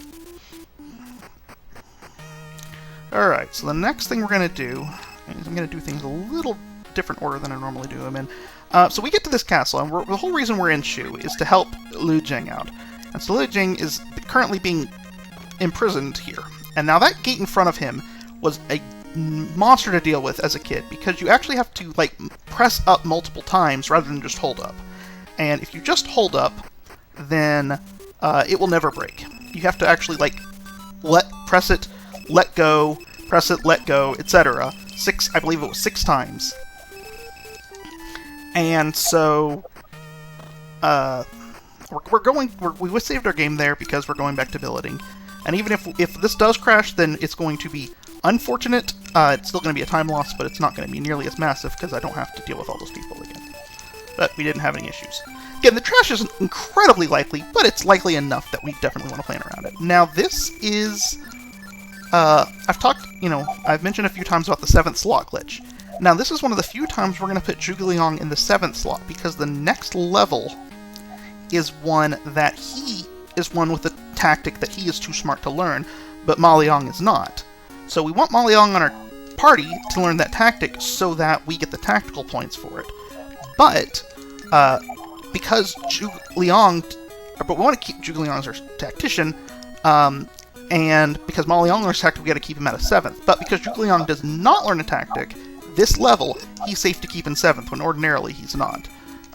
So, that's why we've got this order it is. And it's very nice because it's a guarantee that we're only going to gain 1 level between the next 2 battles. Which one of the 2 battles we gain the level on can differ depending upon how, long it took us to get, to find, Lu Bu and all that fun stuff. So we're probably going to get the tactic on this level. But we don't have to worry about switching order again between these 2 battles. Alright, that's enough of that. Ordinarily, this one's pretty safe to just all out, but I think we got a critical hit on us. And we want to be reasonably well-equipped going into the next battle, because the next battle is the first battle since the one we fought with Huang Zhang and Wei Yan in it that can be problematic. Yeah, this next one coming up is the one that could set you back a lot. And there's one specific tactic that we don't want to see. Yeah, this is the only general in this region that has this tactic. But you'll see a lot of it later. It's called Jimian, and it completely nullifies all your physical attacks. So, you can't do anything, except for use tactics, but you only have a limited number of tactical points, so even that's not... So that's pretty painful. So we're going to use a Zero there. We're going to have him use Beiji on Jinfei. We're going to have him use a Power Bill there. Him use Yanjian, and we're going to have him use a Power Bill there. So we're hoping we get things off before he uses Jimian, but as we just saw, we didn't manage that. We didn't even manage to get a Zero off in time. So, that's unfortunate. Now, I don't know what the wear-off percentage is. It's a 3 out of 8 chance every turn to wear off. This battle the other day, that Jimmy 13 rounds. So we got lucky there. And the bad thing is, that power pill is wasted now. If you use a bunch of power pills and they get off Jimion, those power pills go to waste. So that is another dangerous thing, especially with all these generals having high soldiers. So there is a certain amount of RNG in some of these battles that you're trying to avoid. And that's another tactic that he's the only one who has in this area, which is a tactic that, you know, it's basically like a paralysis tactic. It causes your general to distrust his allies, but it basically means he just doesn't take a turn until he voids it. And it's also that same 3/8 chance of wearing off each turn. So we just saw Zheng Fei's not doing anything now. There's the tactic that we just learned at this level, Legion, that was only learned by Maliang, is we're going to use that just to ordinarily all out here, but with Zheng Fei immobilized at the moment, I don't think it's quite safe enough to do. So, anyway, another one that actually causes him to attack his allies, called Legion, and that one is even less fun. So we'll deal with generals with that later on. But at this point, we'll give it a shot and see what happens. If Wang Zheng dies, I don't really care.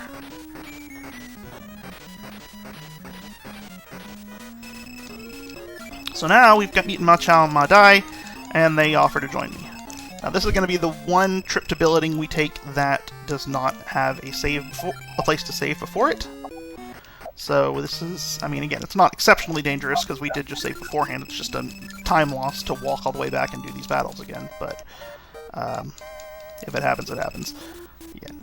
I play it up as though it seems like it's a lot more common, but it's just something I don't want to see happen in a marathon run.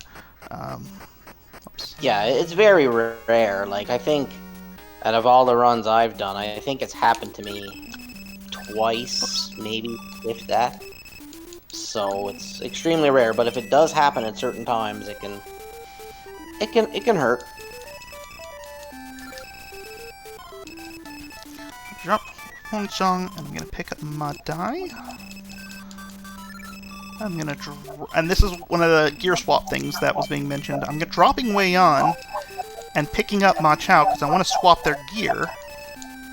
Ma Chao, and then I'm going to drop Guan Ping. Or, no, sorry, Ma Liang, because I don't want him in my party right now, and I'm going to pick up Wei Yan, and now he's going to have everything Ma Liang had, because we don't really ever want to use Wei Yan again, but we want to have him there as a item hold, the same way we were using Guan Ping earlier, as an item holder and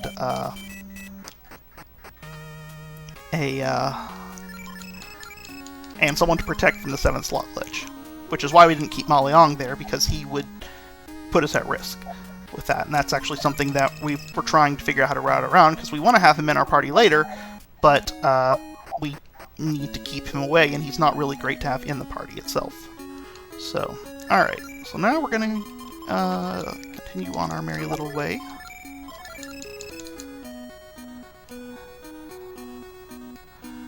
And we're going to head into Mount Gangtai here. So when we were in Lua, you don't see it because I don't talk to any NPCs, but we basically find out that Liu Jing, who we just rescued, has decided to join the rebel army that's attacking. And so now all of a sudden, based upon the way this game portrays the story, Liu Jing is now a traitor. And so now we have to go deal with that.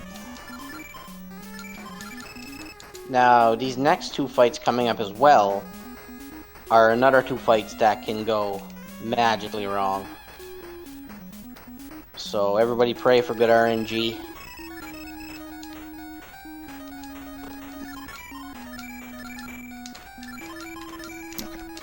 You're gonna pick up an item more. That is very important because that allows this guy to make the best weapons in the game.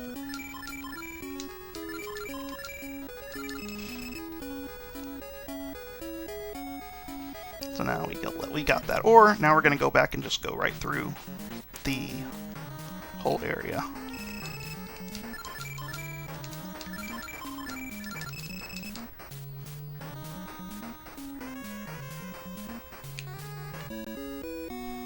So we do a little more wandering through the winding mountains of Shu.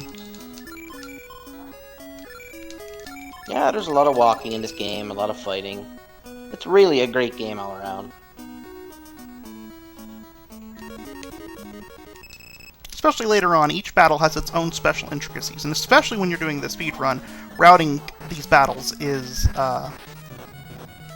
really fun to try to figure out the optimal approaches to take to some of these things. Now, obviously, ones where you just all out don't have a lot of strategy to them, but there are a lot of battles that I've changed my approach on frequently. Yeah, when you get to the later part of the game, like probably the last 1/3 of it, there's a lot of strategy that goes into the fights.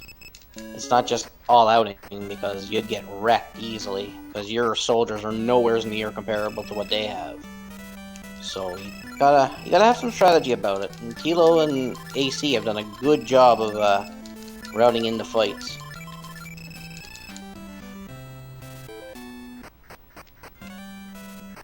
I don't know why I went there. Alright, so now we continue on our merry little way. We just found that battle axe, which is a huge improvement on damage over the sword. And now we are going to have you attack. We're going to have you zero.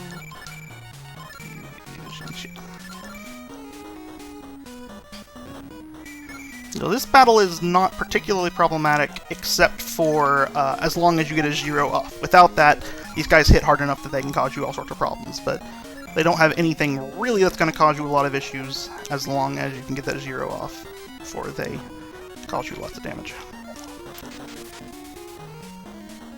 And on his bonus, we got that guy below 1,000, so...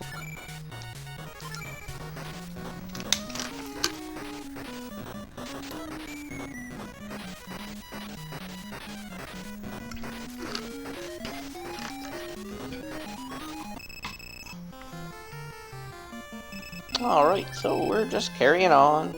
And now this is actually one of the most disappointing boss battles in the game, because it's all these different guys, but they're all completely useless. And so we're actually going to just phase up all of our strong guys with good weapons, restore everything to a pretty good state beforehand, and then we can just all out, because we will wreck them and they won't hardly hurt us, because all 4 generals are just bad. And so it's a very disappointing, because this is like supposed to be this epic showdown, and we've got to deal with Liu Jing, the traitor, and all of his cronies, and instead it's just anticlimactic. But they do a good job in the rest of the boss battles in this game of making them very climactic. So.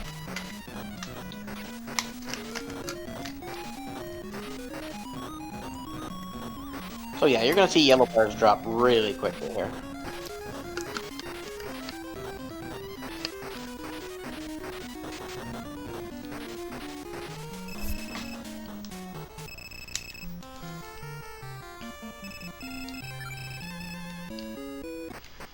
There we have it. Alright, we're going to kick a quick in trip. And before we go do anything in this town, we're going to go run one quick errand to advance the storyline a little bit further. We're going to head back to Lua here, and that iron ore we got, that Hinker was talking about, we got to go deliver it to this blacksmith so he can make these legendary weapons for us that are going to make us super overpowered. And there's absolutely nothing that can go wrong with that particular approach, right? Right.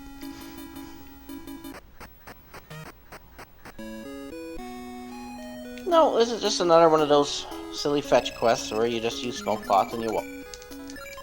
It's a very important fetch quest. So you give it to him. Alright, let me begin at once. It's going to take many, many days for me to make these swords. Alright. How's it coming? Oh, I made them! And already since then some thieves came and I made 5 grateful swords, and these thieves came and took it away, and there's nothing I could do. Oh, great. Alright, back to Chengdu we go. Not quite sure how these thieves got in while you walked in and out of the house. But So now we're going to do a bit of weapon selling. Just gonna sell these. As we're going to be upgrading our gear a bit. Yeah, this is another shopping trip into the game. So, what he's going to do is he's going to sell off all his leathers because he's going to buy ring mail, or chain mail, sorry. So chainmail is better. And he's going to sell off swords so he can buy battle axes for his 2 remaining generals. Because there is going to be a secret weapon in this castle. This is one of those that how on earth were you ever supposed to find it? I don't know, because there's absolutely no indication that I'm aware of that would lead you that direction.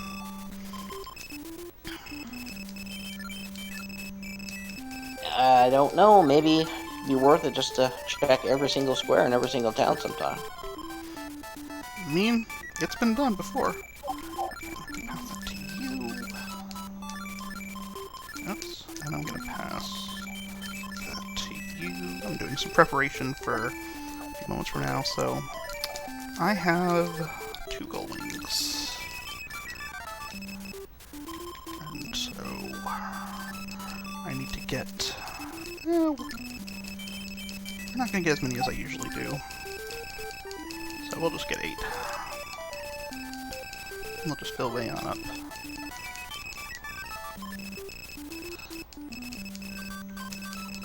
Yeah, so these shopping trips are fairly important to save time. And Tilo does a good job of remembering what each person has, because if you get that can't carry any more text box, it's just really a time waste. And you could probably save 2 minutes in the course of a run from all the items you buy, so... Yeah, that's been a big deal in trying to make sure that I keep track of what everybody has, because, that's effect worn off. Alright, so now we're gonna come... Well, we're gonna invite Liu Bei here. Liu Bei will I'm not doing billeting, I'm just gonna save just because I'm already at one of these places. You get way better than Liu Bu anyway, so... Or Liu Bei, so you're all set. Another safety save, just in case. Alright, so... Oops, I forgot to buy all the other gear. That's a mistake. Let's take care of that real fast. That scimitar is a way better improvement over the battle axe. And since my dog has more soldiers, he is going to be able to put it to better use than Zhang Fei would say. That's exactly right. Another example of why the strongest general doesn't always get the strongest weapon.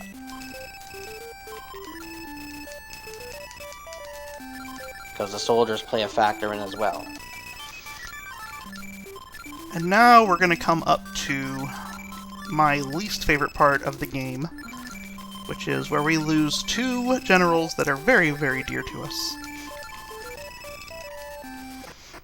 So what's going to happen up here is we've completely taken the land of Shu. And now Liu Bei is in control over all of it. And we've got Sun Ce in Wei, and Cao Cao in Wei, Sun Ce in Wu, and he's ruling in Shu, so it's this 3 kingdoms balance. This is the beginning of the 3 kingdoms concept.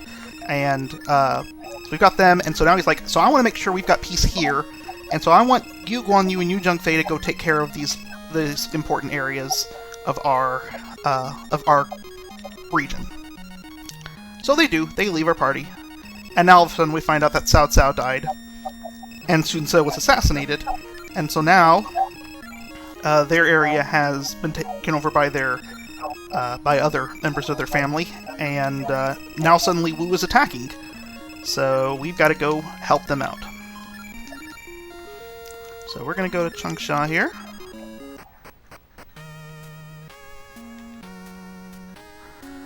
And go see our good friend Guan Yu. And we're going to get his son instead. The reason we did not equip Guan Yu or Zhang Fei when I bought all the new gear is because they would be unequipped here anyway. So So you're swapping 2 generals for 2 better generals, in my mind. Two better generals? Guanxing is strictly worse than Guan Yu in terms of intelligence and strength. And Zhang Bao is weaker than Zheng Fei, but is twice as smart, which is important later on, as, you know, the difference in intelligence affects the starting... the difference in intelligence affects how effective tactics are. Now he's gonna have to go settle some guys' hash here in the next couple of battles.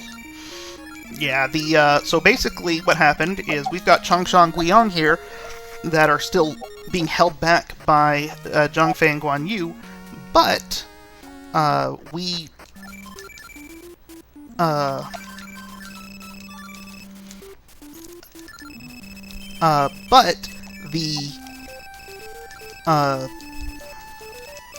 other areas in Jingzhou have now been taken over by Wu, and so we're going to have to deal with that.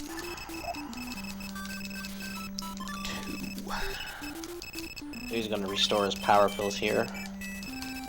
So they're going to play a vital role in the next set of upcoming battles here. Well, not so much the next 2, but the battles afterwards. Yeah. But since we're already a place that sells power pills, we're just going to go ahead and stock up.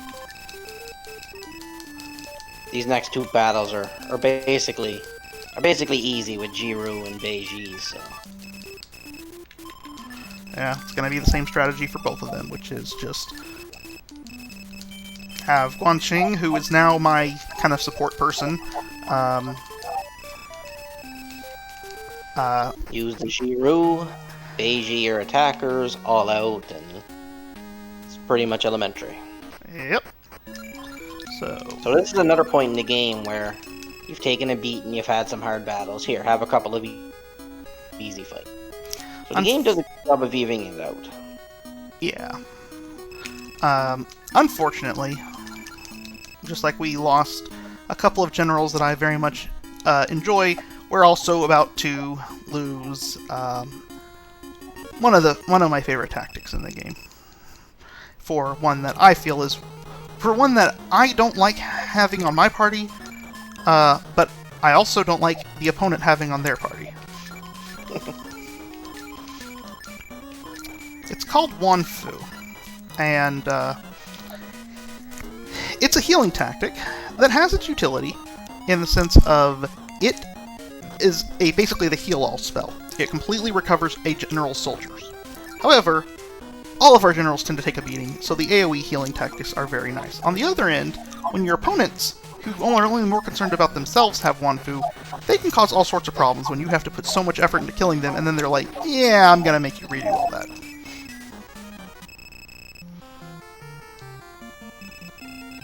Yeah, and that will become prevalent in some upcoming fights here.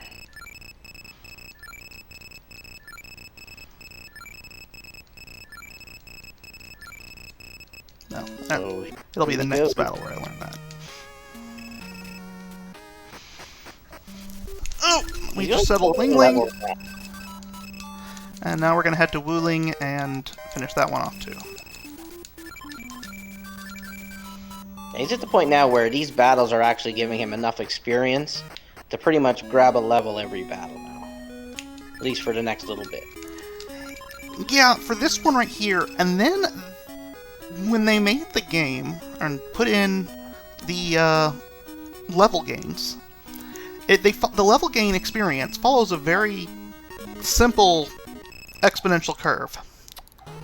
Except for somewhere where they were inputting stuff, they accidentally, assume accidentally, swapped, or put the next level after the one we're about to gain here, made it 2,000 experience more than it was supposed to be. So we end up staying on this next level for a lot longer before we get to,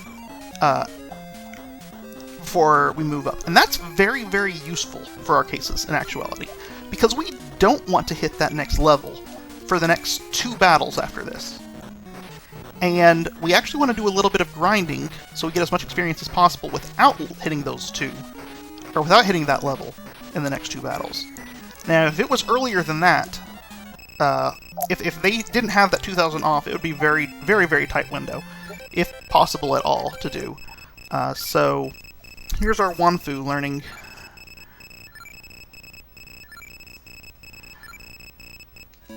A good healing tactic, but not as good as the AoE ones you get later on.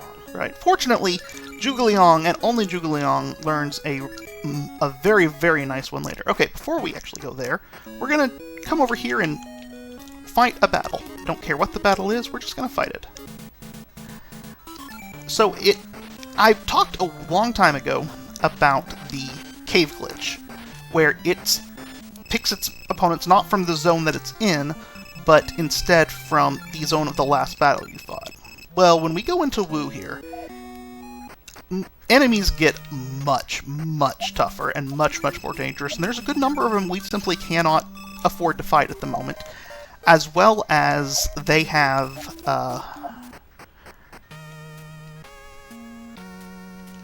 we can't afford to fight them at the moment, or directly, and there's some of them that have tactics that are just absolutely brutal, and it's still a hard runaway rate because the odds of running into a general in these areas is 50%.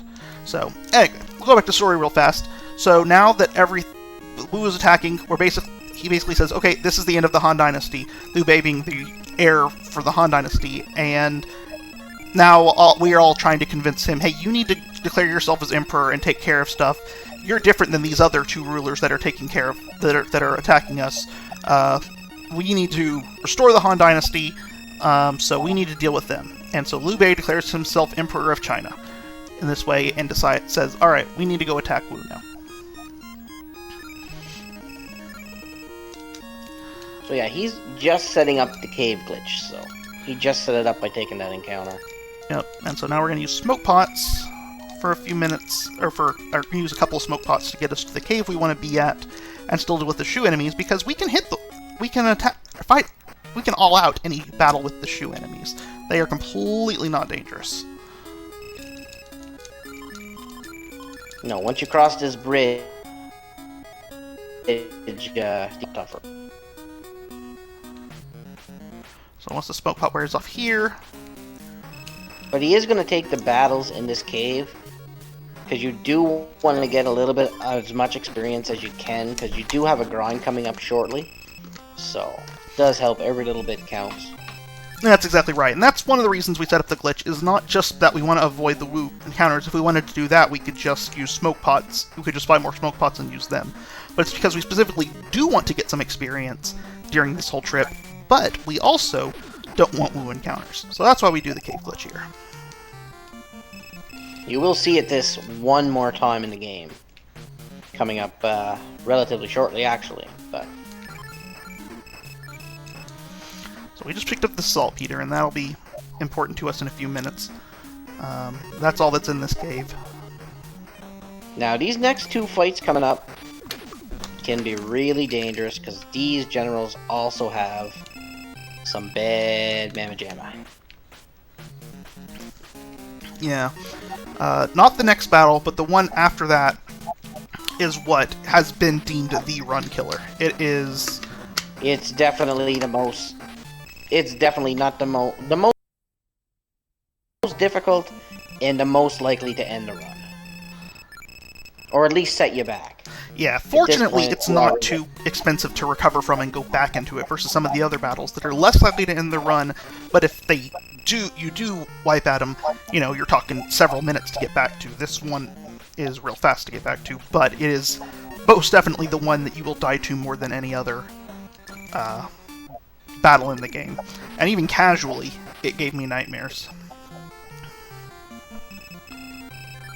Yeah, like you could play it right, and I mean, yeah, there's, like AC says, it can go great, or it can just go absolutely terrible. There's usually no in between. If you go in and they surprise attack you, they can completely wipe your party before you, or in turn one. So So these next two fights aren't free. These are probably the two biggest fights from here on. Everybody wants to join you now. Too bad they won't, though. I never knew about food until lately. But here we go. Well, that's a nice way to start. Uh-oh. Uh-oh. No, well, that's not good. But it could be worse. Yeah, so he's going to use 0, and he's going to use Wanfu. So this is one of the times when Wanfu is actually useful. So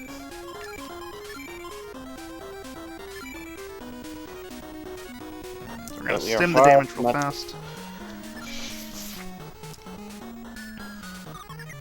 So now we just got Ma Chao is distrusting his allies, so we don't have him as someone to fight for us. And so now we're going to use Power Pills, but basically almost every battle in this game at this point has a general who can use Jimian, which, as we talked about, will completely waste your Power Pills and can take... There we go.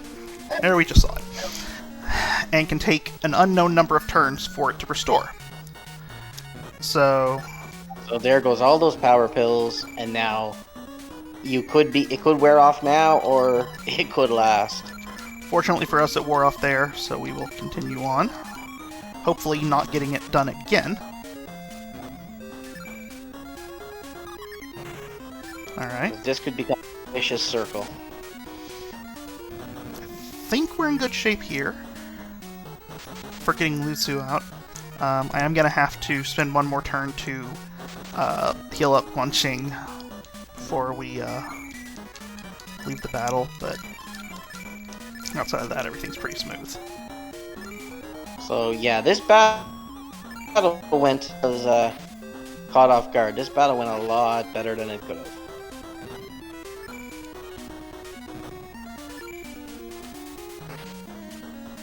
So it'll just all out now, because Guan Ning really is nothing to worry about. We say as he completely wrecks Ma Chao, because that tends to happen. It's just like why I refuse to ever say I'm having good luck in the Gold Key Cave with encounters, because as soon as I do, everything goes horribly awry. Alright, so we're going to go back to the end, and as you can see, if we go right below this castle, there's just water in our way. So we've got to do something about that. So first thing we're going to do is we're going to go wander back here and check out this tree. And if we talk to this guy in this house here, he's going to tell you there's some super old wood underneath that tree behind it. Then we're going to go behind the tree and pick up a scimitar, because, you know, why not just leave more blades lying around on the ground? Especially under a bunch of foliage where, you know, nothing could possibly go wrong. Well, how do you think they chopped the tree down? I would have thought the battle axe would be more useful for that, but, you know. Anyway, so you talk to him, and he says, if you get saltpeter and an old branch that's lived over 1,000 years and my sulfur, we can clog the canal, blow up a part of the mountain and clog the canal. So we got the saltpeter in the cave, got the wood right there, gave it to him, and he's going to go blow up the canal. And now we can travel south. And here comes the worst fight. For my money, it's the worst fight in this run. Without a doubt. I think you'll get unanimous votes on that as being the scariest run, or scariest battle in the game. And it's funny, it can go incredibly right, and you know, it looks like we completely overplayed it. Or we might get to watch this battle 4 times. It's all, we'll just have to see. It's all about how the RNG wants to treat you. Good old Zhou Yu. The only general in Wu with dreaded and Shaw. And he also has Hong Shui, which is a water tactic that does about 1,000 damage to everybody AoE, which you're about to see right here. And he's very smart, so he makes contact with most people. Although he didn't have he still got 2 of them. If he gets that off before you get Giro off, it's very possible he can knock out everybody but Ma Dai in one hit. And the fun part is that Kanze over here also has the exact same tactic. So, you have the chance of 2 generals doing it back to back, and that's how you can wipe an entire party without getting a turn. Joyu's going to do it again. And Xing is close to the end. Now this time it's going to land on Ma Chao, which is going to drop him below 1,000. It's going to land on Zhang Bao, which is going to drop him below 1,000. Which is going to keep him alive for another turn now, I believe.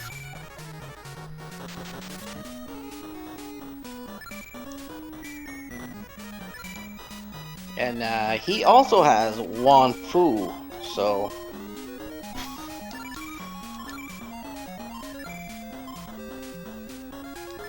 This is a race right here.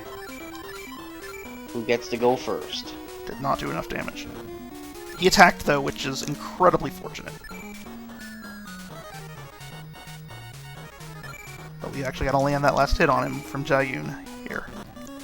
One of the nice things about using Power Pills, even if you don't need them for a damage standpoint, is that they are a guaranteed hit, whereas you can get your attack repelled here. So now we're going to all out. Now there's still a chance Kamza could throw a Hong Shui out there and cause us problems, but he's not nearly as smart, so he's not going to land as frequently as Joyu would. But so we got very fortunate on that one. It was a little dangerous, but we got generally pretty fortunate at it, so I'm happy with that. If he's going to cast a tactic, Han Shui is probably the one you want to see, as unfortunate as that sounds. Yeah, No. you don't want to see Jimian or Wanfu, that's for sure. No.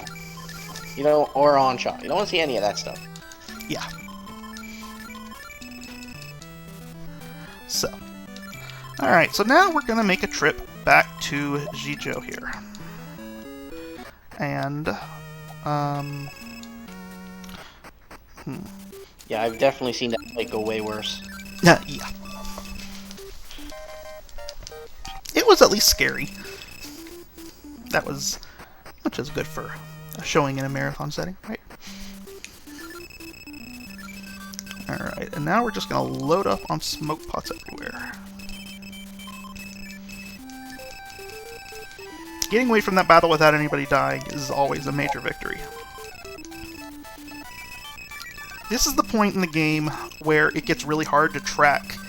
You know, up to this point, I could pretty much remember easily how many free slots each general has, but because of the Yishen and Li Jian tactics, which, you know, will cause this general either to not take his turn or to attack you on his turn, and because of Jimian, which can mean that what should take one power pill to kill a general could take, you know, 2 or 3 depending upon how the race goes.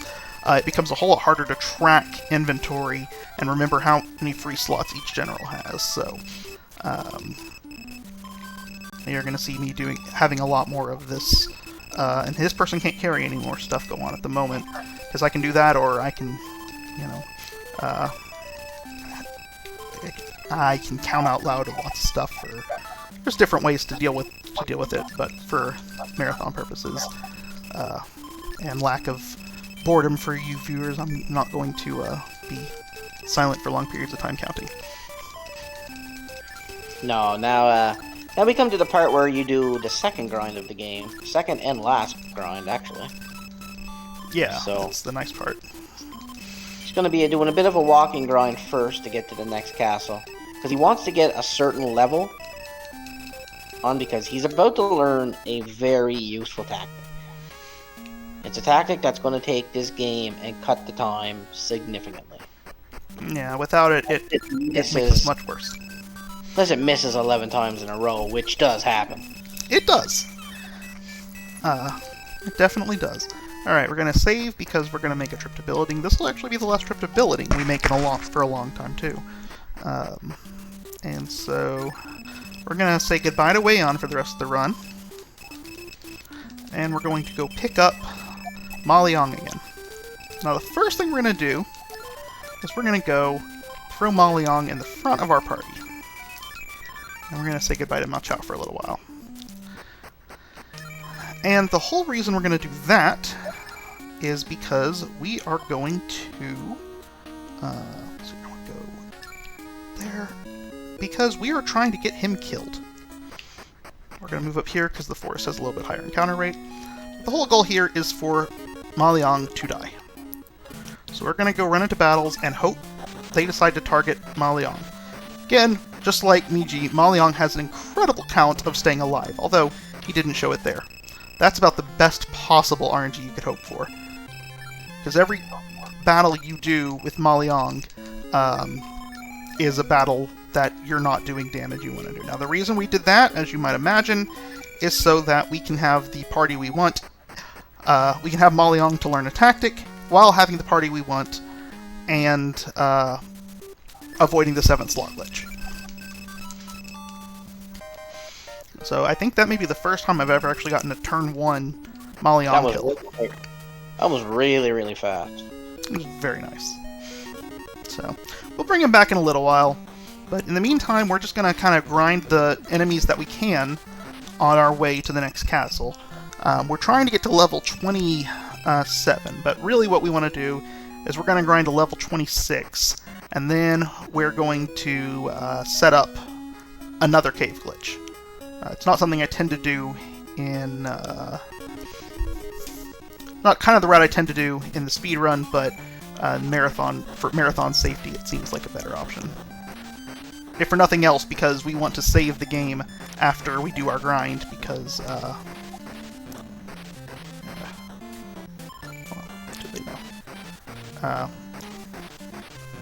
this was probably ill-advised to take, but sometimes you just gotta do what you gotta do. We want to save our game after the grind, just in case anything goes awry. We don't want to have to redo the grind. That's level 25. Alright, we're going to use a Resurrect on Zhang Bao here, and then we'll take our next Rebel Force battle to heal him back up.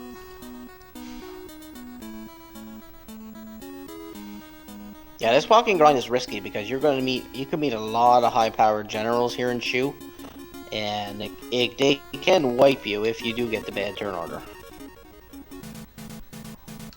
Oh, that's actually nice. I don't actually want to fight this battle yet. I'm about to fight that guy, but I would love to just get a Rebel Force battle. There we go.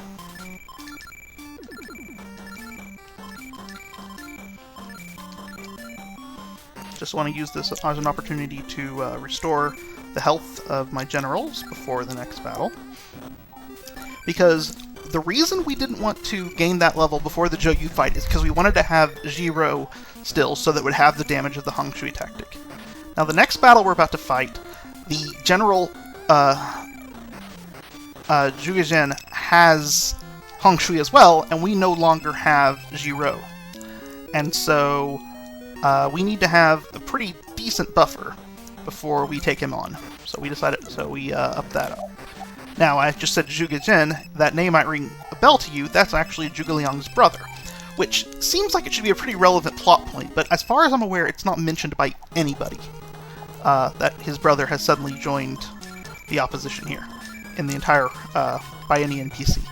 So, seems like it should be important, but not. He has Li Jian there too, which is the one that makes your party attack its members. Now, it can be problematic, especially right now. I'm using Beiji to double my character's attack powers, and so if that goes wrong, then, whoops, you don't have any. Zhang Bao will hit very hard. Yes, he will, and possibly wipe somebody out. Now, Zhuge Zhen does not have Wan Fu, which is nice. But he, as mentioned, he still has other tactics that can cause problems, like Hong Shui, which is probably going to kill Guanqing here. Yep. Hopefully... Okay. Now, on the flip side of everything, these guys hit hard, but nobody else in this battle has tactics. So, if we can get a Jimian off, which ordinarily would be done by Guanqing, but since he's now dead, we don't have anybody that's guaranteed to go first. So hopefully we can get one off before too much damage is done, and it won't wear off. It wore off. Alright. We're going to Jimian that. We're going to have you use Wan Fu on you. And we're going to take our chances on all-outing after this turn, hoping that Ma Dai will survive once we've Wan Fu'd him. We shouldn't be at much risk, but these guys can hit hard. Alright, we got all Jimian to win in one more turn, so we're gonna all out now. It seemed to last for quite a while, so that's good. So that battle's another one where things can go absolutely horribly wrong. And now I want to use your Resurrect on you. Alright, gonna go to the inn real fast.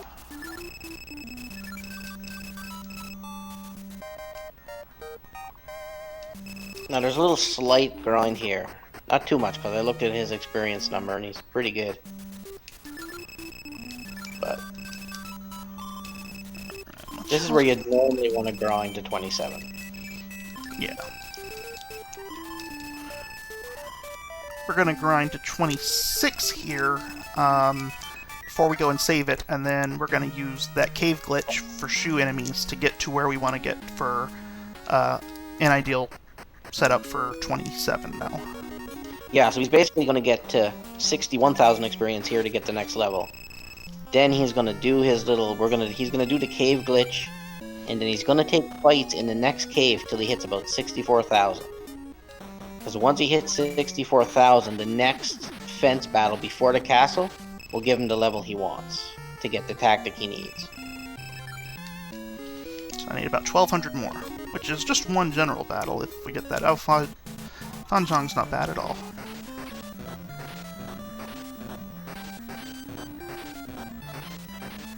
Oh, you know what I forgot? I need to go do that right now before I forget. I forgot to pick up any of the, Alright, well, I got that, so let me go back into, Wu Castle here. Oh, the 2 hidden items you forgot to pick up. Exactly. Let me go take care of that real fast. I forget about all the time. One of these is beside a well, which, again, I found it when I was a kid. The other one I didn't know about until I was watching, until I started to run this and was watching AC and LM's run and said, I didn't know that was there, because, again, it's one of those I have absolutely no idea why you would look for it anywhere. This is one of those battles that you can't actually afford to take. He hits too hard. And you just gotta run and hope for the best. Alright, so this is the random location of a nice piece of gear.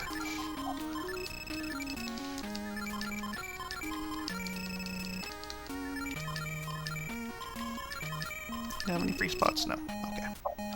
And then you, I need a free spot for you, so we're gonna pass that there. Pick up that crossbow. Okay. Now, I went to the inn already, right? Right, okay. So now we've hit that level we wanted to hit, so we're going to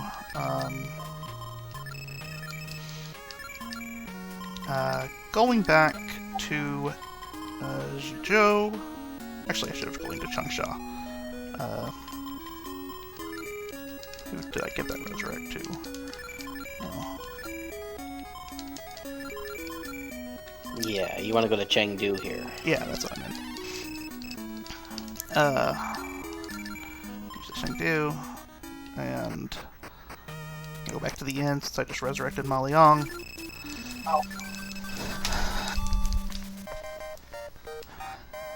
I'm going to resurrect Ma Liang here because for the next level, we're on level 26, right? Just better for the next level, we are going to be able to put Zhuge Liang in last, because he's not going to learn the tactic on this level. We're going to go buy another gold wing real fast, and we'll buy some smoke pots while we're at it. Buy a second gold wing just in case.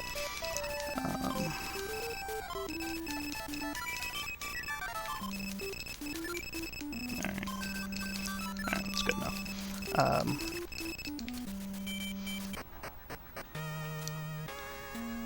And again, we're going to save one more time.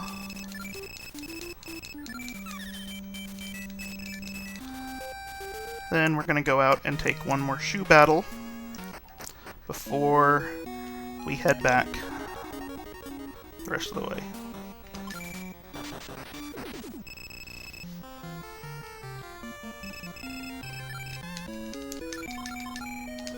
Yeah, I think that's cool.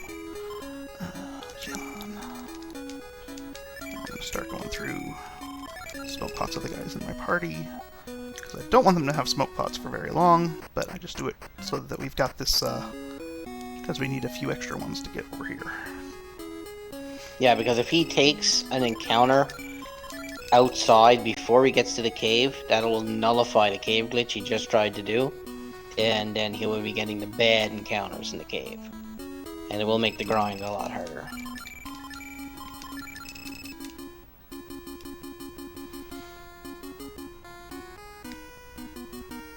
So the long walk back does save time as to trying to grind around the town for the next level. Because grinding in Shu is not exactly safe at any time. Or Wu, sorry.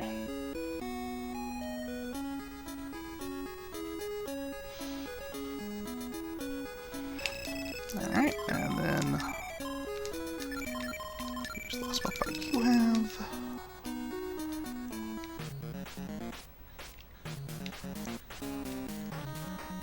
Now in this cave you are about to get one of the 5 best swords. Well, 4 I guess, because one of the swords really isn't that good. No. Well, there's actually 6 swords, kind of. There's the 5 legendary swords you made, and there's 3 of them that are better than the other 2, but we don't pick up one of the lesser ones in the speedrun at all, because there's another item that just is lying around, which is the halberd, which we'll get in a little while, which is twice as powerful as the next strongest weapon, and will make short work of many, many generals. So he's going to take fights here till he hits about 64,000 experience. Then once he hits that, he'll smoke pot again to save himself time, and he'll be in a good spot for the next fight. Yep.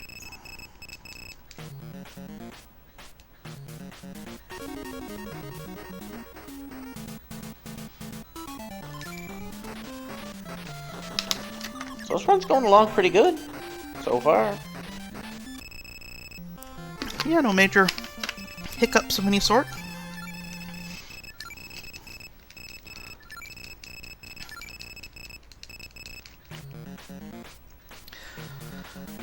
So I briefly touched on before the fact that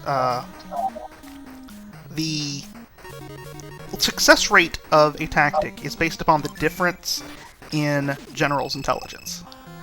And so if the difference in the, casting general's intelligence is greater than 100, it's got a 15 out of 16 chance of landing. If it's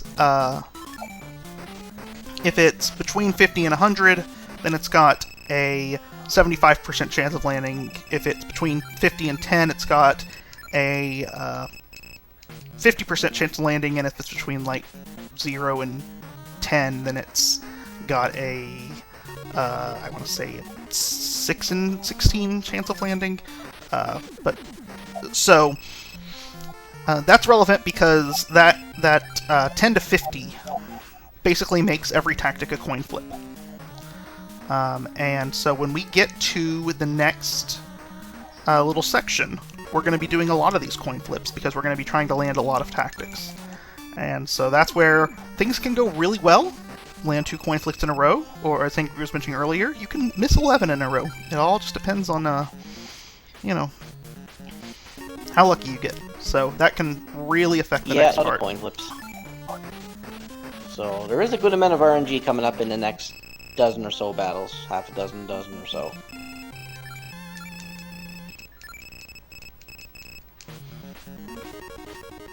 The 4-hour estimate is fairly safe for Tilo running this game. Yeah, it looks like at the last split we were about on pace for somewhere around 3:36, or at least we're 15 minutes behind the world record run, which is 3:21. So we're still a pretty good place, but again, that's in the case that everything goes right. But if we lose to one of these things and have to lose another 6 to 8 minutes, walking back and restocking everything, then it can be pretty painful and pretty whatever. So yeah. So this game is pretty... Even if something would go majorly wrong right now, I'd still say it'd be hard-pressed for you to go over to 4 hours. Yeah, I don't see that happening. Something would have to go major league wrong here. Meanwhile, I've been having too much fun talking, and I've grinded a little extra than I was supposed to. So. Yeah, that's no problem. Doesn't really hurt. There's no risk to overgrinding. It's all going to balance out once we, well, do yeah, that. all the grinding is done now. All the levels we're going to get now are going to come off castles, so... And here we go. Alright. Zhang Bao got the sword, even though my guy got it. Yep, and even if Zhang Bao's not in your team, it's going to say he got a sword.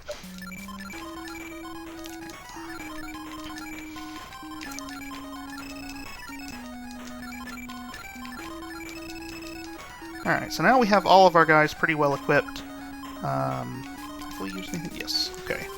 We're going to do a slight bit of moving stuff around, because we're finally going to see Zhuge Liang in a battle before long, so we need to get him a little bit of gear. Yeah, this is where some of the extra equipment he didn't sell comes in handy, because now you're going to be switching between Zhu Xilang and another tactician quite a bit towards the end of the game. So it's nice to have their own set of gear, so you don't really have to be wasting time menuing between the two. So that's why you see him with like battle axes and stuff in his inventory that he probably could have sold, but they'd be better served for this purpose. Yeah. Oh, there's definitely that. I would need to move the stuff around, but I also, I talked before, I want to limit the number of menuing trips that menuing journeys that I take, so I also limit it or haven't sold some of them. I held on to some of them for the reason of handing them around, and I held on to the other ones because I'm not going to bother with any menuing until I get to, got this ordered right, correct, okay. Until I get to the point where I want to start selling stuff. The fella running the game is working on the randomizer. Here we go, ding bang! We're just gonna all out this battle. See, he's not really too much to put. He's pretty tame. He goes one of two ways. He's usually pretty tame, but he does have Li Jian, which is the one that has your generals attack your ally attack you. And if he gets one of those off, your party can get wrecked really fast, especially if he gets it on Zhang Bao, who I just gave the legendary sword to. So now we're going to reorder our party a bit. The good news is Ma Liang is done learning tactics now, so we can put him at the back of our party always without any issue. Oops, I did that wrong. And now we're going to make him our strategist. We're going to move this Wood H over to him so that he's well protected. And now we get to see the fun that is Ansha.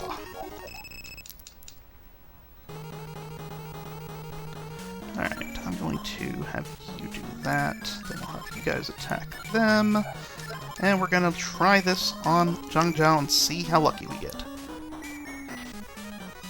Chenpu is obnoxious because he has 0, which, and now Zhang Zhao has Wanfu, has Beiji, because he's one of the few generals in the game smart enough to learn it along with Zhuge Liang, and, there we go. And I just took his head. Ansha, as I understand it, translates to assassinate. And when we use that on a, general, we take their head. And when they use that on us, they'll take our head.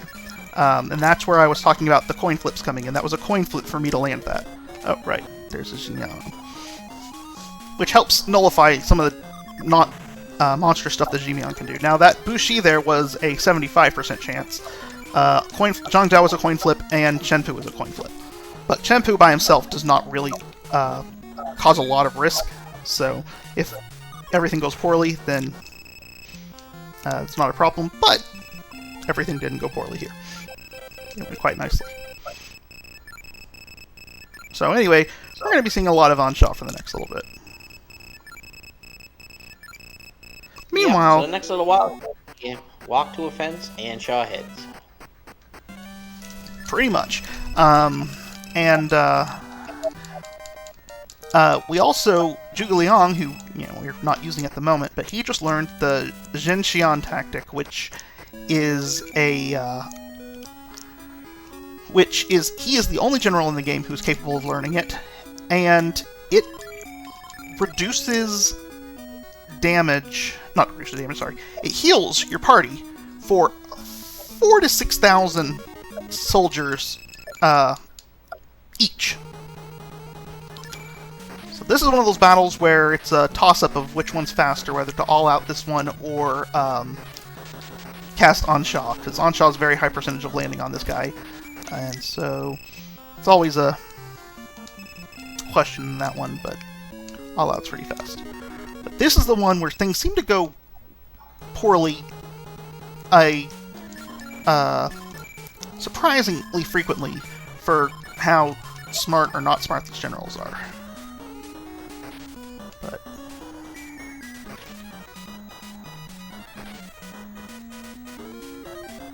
okay, that was like a 78% chance, something in that range of landing, and it failed.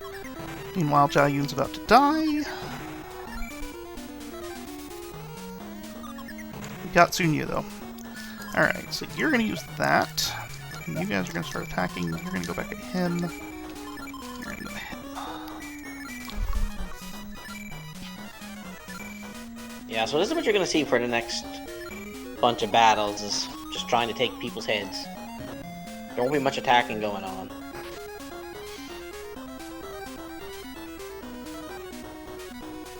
So hopefully he'll win some.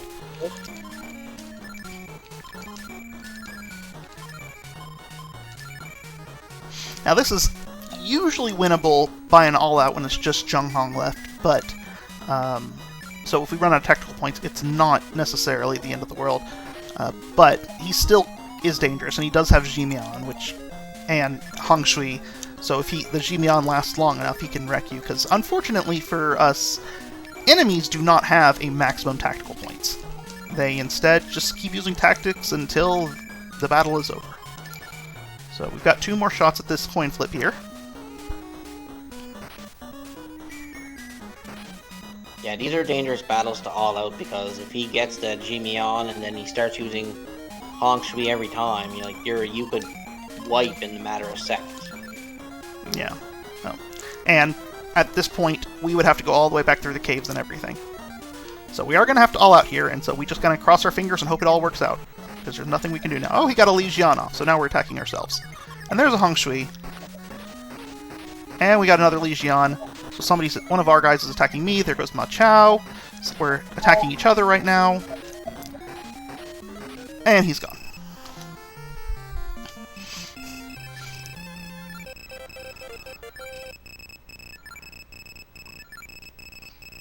So yeah, that was a little messy, but it could have went a lot worse. It has definitely gone worse for all of us before, so I'm not gonna gripe too much. Now comes everybody's favorite fight.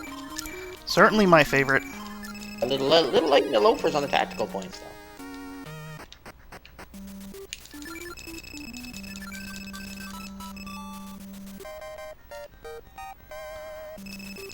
So we're gonna find. You talk to this guy up here. He says that there's these brigands down here that are causing them some consternation. So we're gonna go take care of them. And this is the point where I always like to sing 50,000 pirate heads on the wall, 50,000 pirate heads. I hope you get a room and a pike, because now this fight can go bad too. I've seen me lose 2 or 3 guys to this fight. Yeah, unfortunately, well, we're seeing it all right here. Wow, even Zhao Yun missed. So it can go poorly. I haven't had someone die on it in a very long time, but actually, I want you to use Jimian. Wow, they ganged up on Ma Chao pretty quick. Yeah. And so Ansha is unlike other tactics because its odds of hitting are its odds of hitting are... there's a multiplier after you already get those original, 15 out of 16, 75%, 50%, whatever. There's another multiplier. Wow, Zhuge Liang missed. That's a 1 in 16 right there.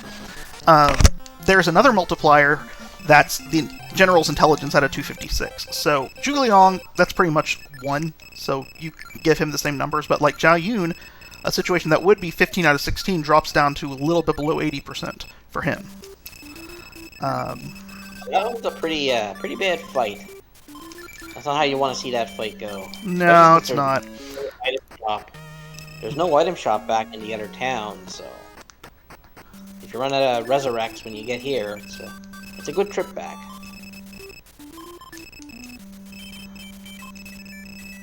There's an item shop in here. Yeah, it just doesn't look like the other item shop, so you don't... There's 2 towns that have... Like, in this game, every building has a particular look so that you can recognize an inn or a...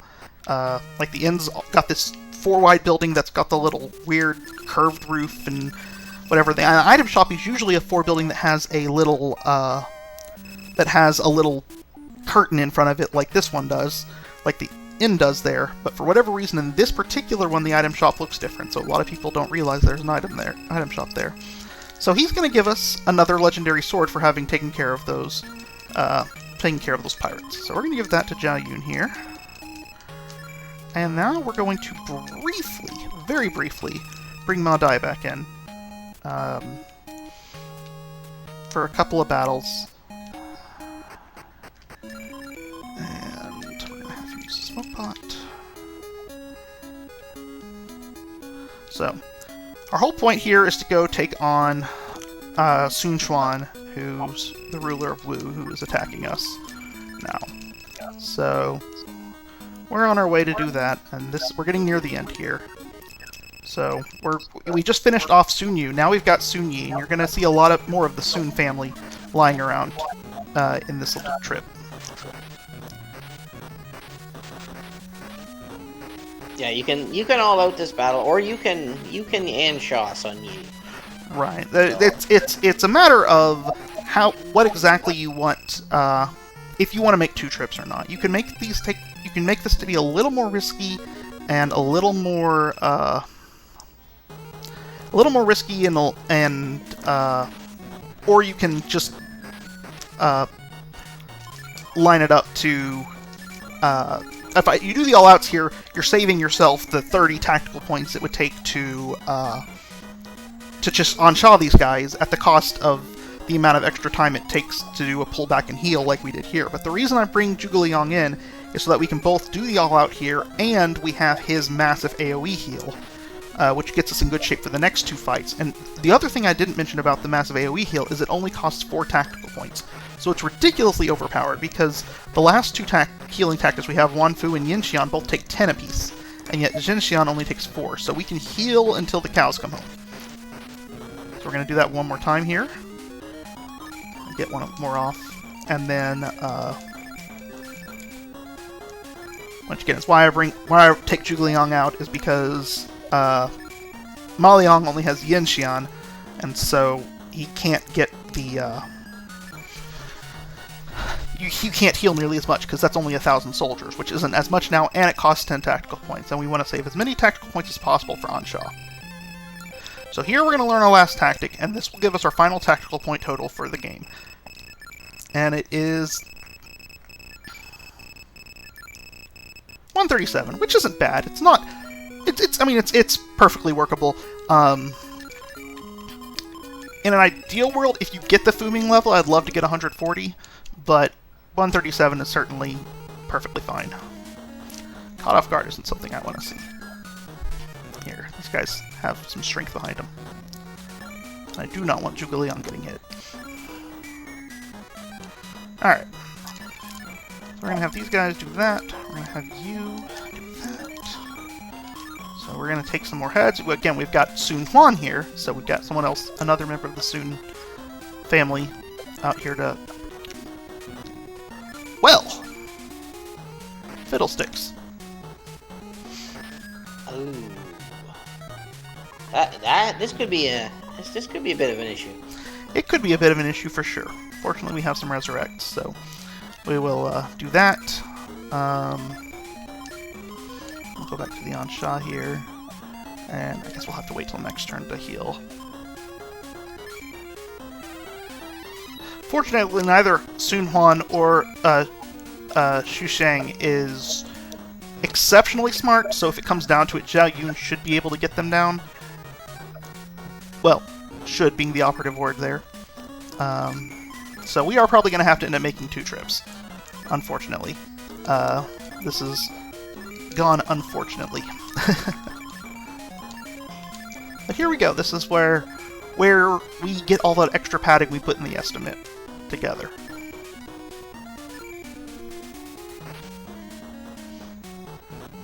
Yeah, and these are these coin flips that we're talking about that you can lose a lot of time on. The worst part is these aren't even coin flips.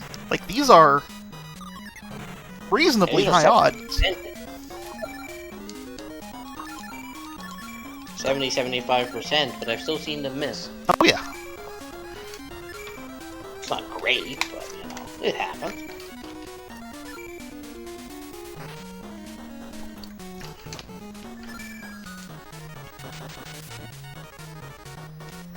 Somebody mentioned, this is a different company that makes Dragon Warrior. There are many people who believe this game sounds a lot like DuckTales as well, and that this game does have the same composer as DuckTales. So.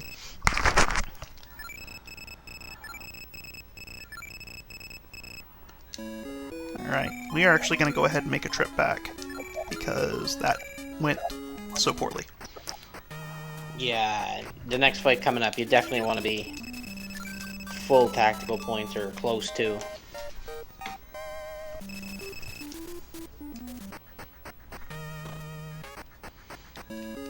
Oh, I need to get another smoke pot going.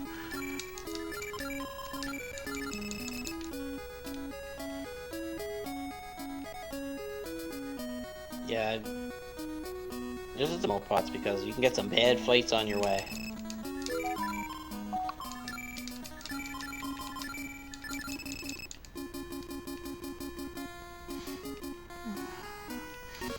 Alright, so here is Sun Xuan, who says that Wu and Wei have allied together to take on Shu. So we're going to try on Sha. Lu Xun is one of the other few generals in this game that's smart enough to learn Beiji. So he can be problematic. He's got 240 intelligence, so he can take a long time. And this is a pure coin flip again with Zhuge Liang here. So we just get to see whatever. But he's got Jimian, he's got Wanfu, he's got Beiji, he's got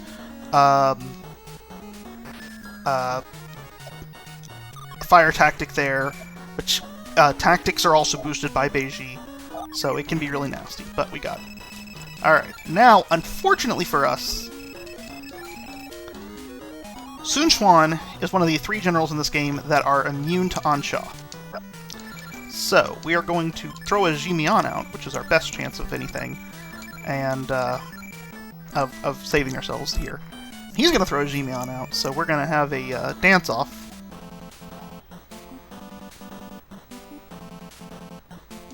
His Jimian wore off, ours did as well. So, let's repeat.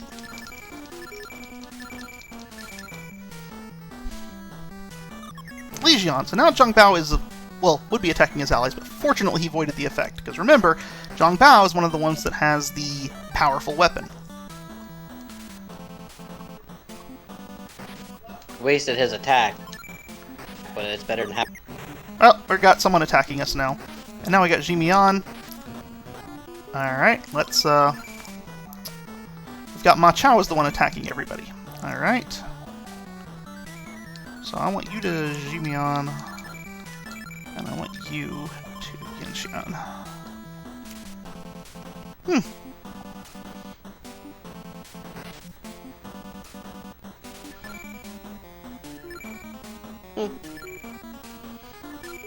Now, Yeah, if this fight does go awry, it's there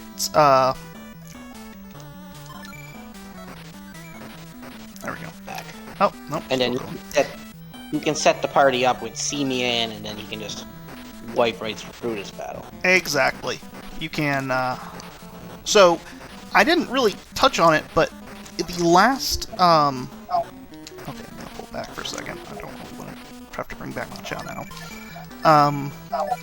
The last, level we gained a tactic. We learned Simeon, and that tactic, rather than being like Jimeon and nullifying physical attacks, it instead nullifies, tactics, which is very important when, you know, later opponents have Wanfu and can completely heal themselves. It's very... or have Ansha and can take our heads. It's very nice to be able to say, you know what, I don't want you using that tactic. So now we've killed him. He says he assassinated Sunsa, and now he's going to face it. Now we've conquered Wu. And so, we're going to move on and conquer and head towards Wei. But before we do, we're going to do a bit of shopping and renewing and whatnot. Yeah, this will be the last shopping trip. At this point. The last gear shopping there'll trip. be one more. There'll be one more. Well, the second last, yeah. We're getting all of our... This will be the last time we purchase helmets. And then the next shopping trip will be the next time you purchase armor. Right. So... yeah, he's gonna restore his smoke pots and everything else, because we got a bit of a walk to get to the next couple of fights, so... From here on in, you don't want to be taking any unnecessary battles you don't have to. Yep. Alright, so did I go to the end? No, I did not. Alright. Yeah, I actually did some analysis on this just the other day to figure out the exact number of everything I needed for this little sequence. Because I've just, like, eyeballed it the last few times and always ended up coming up a couple short.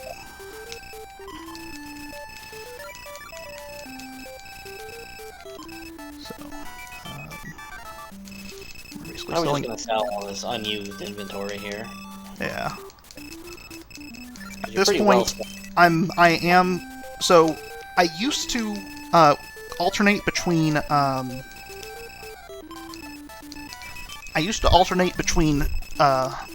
Zhuge Liang and one other general more frequently than I'm doing now on this route. And so I used to, as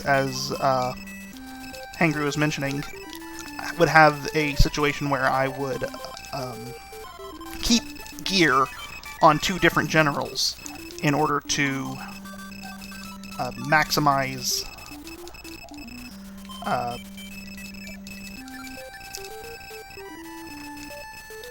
spend less time menuing. yeah, exactly. Between them. But But now, game, I'm not used to doing that as much, so I'm going to fully I want to say yeah, because I think before you'd probably switch generals again maybe 4 or 5 times. yeah. With the way he does now, I think it's only twice now. You only got 2 more switches to do. Yeah, I'll switch him at Sima Yi1, then I'll switch him right before Xinhua, and then I guess I'll switch him back before the final battle. But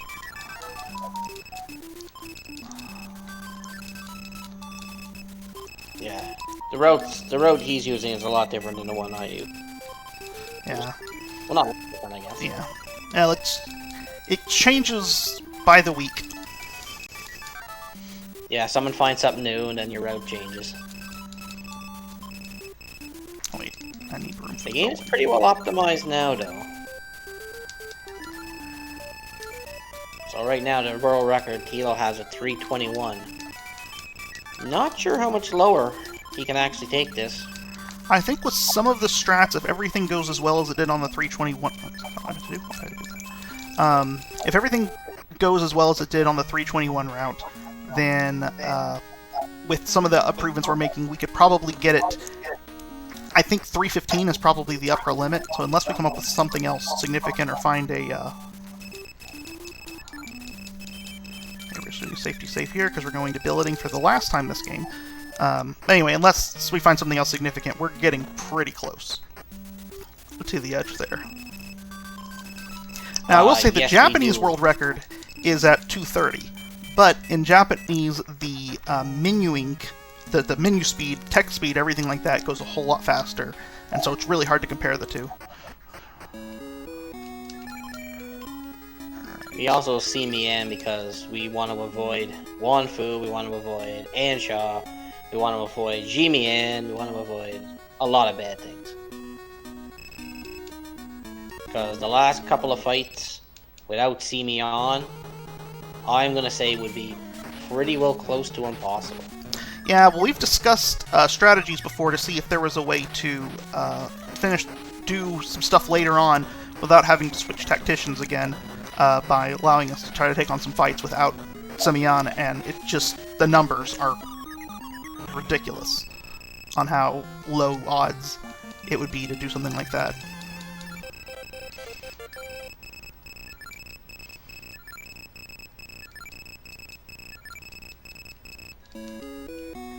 Because Simeon 3, or Simeon has 40,000 soldiers. Yeah. If Wan Fu off after you've hit him down to about 10,000. I mean, the fight's pretty much a bust because you won't have enough power pills to take him down a second time. Yeah, and if you have, and usually going with Simeon, if you don't have Simeon, that also means you don't have Beiji, which is the one that doubles your attack power. So now you're doing a whole lot less damage on top of leaving him the opportunity to be refilled, and it just becomes an absolute low odds scenario and he can wreck you too in the process because he has Beiji and the strong AoE damage tactics and can do 5,000 damage at a pop to your entire party. So definitely important to have Simeon at that point. And also important to have Jinshion, where you can recover all the damage those massive AoE tactics just did to you. Like this fight here, you can probably finish it off with an all-out, because KO Zen isn't that dangerous. Yeah. If you'd want. It's Zhang Liao, that's the really tough one, because he has Ansha. I'm surprised we didn't see it. There's a lot of, you take my head, I'll take yours, back and forth in this section. That's one of the worst things he's gonna pull off. There you go. It's taking heads and taking names. And here we go. We get the last character of the game. Yep. This is, he has his Zhuge here. I'm Jiang Wei. And I'm hoping to learn from him, so we're gonna do that. Now, if we go over to this lady right here, she complains that her foot, she stepped on something back here. So after people have left these weapons lying all around, finally someone got hurt by one of them. We're going to pick it up. We're going to send this scimitar. We're actually going to send the scimitar over to... okay, we'll do it this way. We'll send the... okay, let me sell stuff.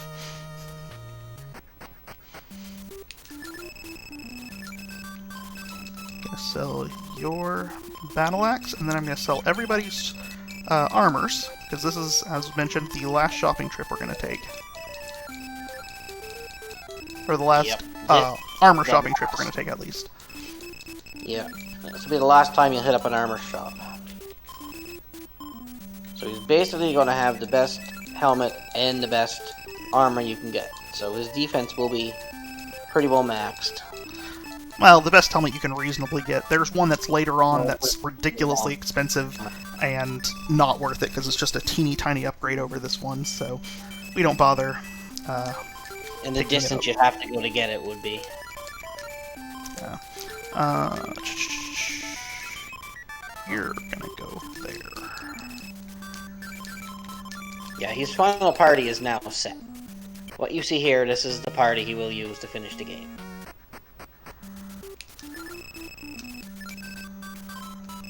We're going to buy this plate mail for everybody.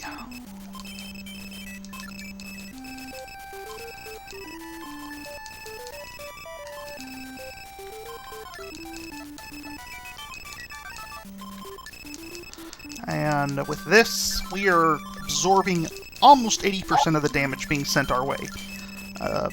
Which, when I was a kid, we'd equip the first piece of gear that they had, which has almost no defense, and it didn't seem to do anything, so we decided, oh, that means armor doesn't matter. And, check a couple things. Alright. Armor matters. And armor matters a lot. So when soldiers in this part of the game were doing 6,000 to 7,000 damage to us, it was painful.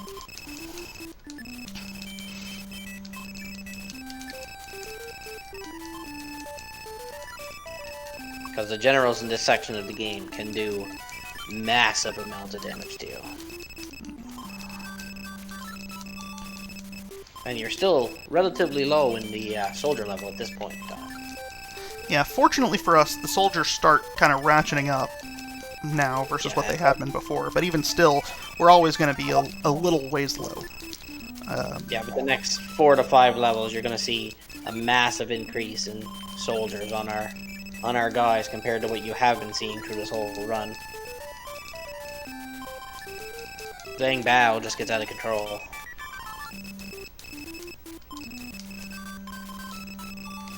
There's gonna be stock power pills here, because there is gonna be fights where you will need to use power pills still. We ain't gonna be taking heads for the rest of the game. Yeah. Unfortunately, as I mentioned earlier, there are some generals that have keep their heads that are shoulders. difficult to remove. So. They're screwed on tight, in other words. Mm-hmm.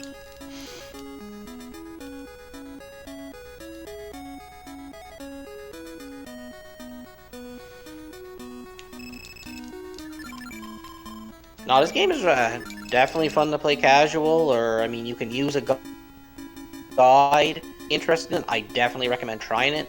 I mean, there's lots of people here, like, there's people that are willing to help, like Tilo, myself, AC. If you have questions, you know, we'll be more than helpful to ask, or more than helpful to answer for you. Yeah, I'd love to see more people. There is a Discord out there that we do most of our discussion on. So.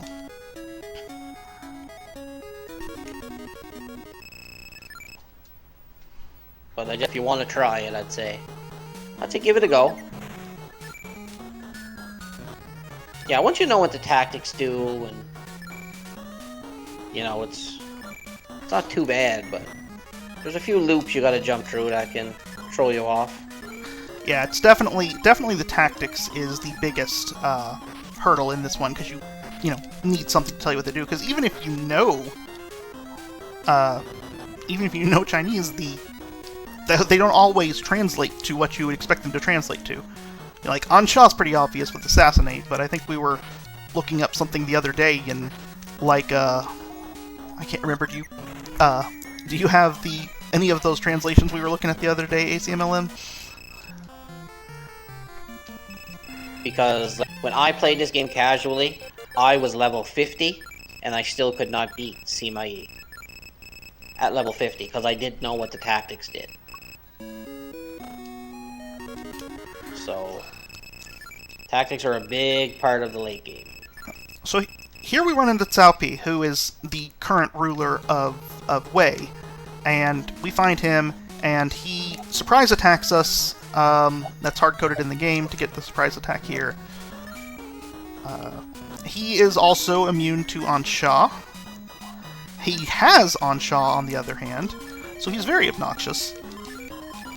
However, his little cronies here are not immune to Ansha, and even though he has Ansha, he's not exceptionally intelligent. He's not dumb by any stretch, but he's not exceptionally intelligent. As I mentioned, there's a odds multiplier that goes down based upon intelligence, and so his odds that are already reduced because he's not that much higher intelligence than everybody is reduced further because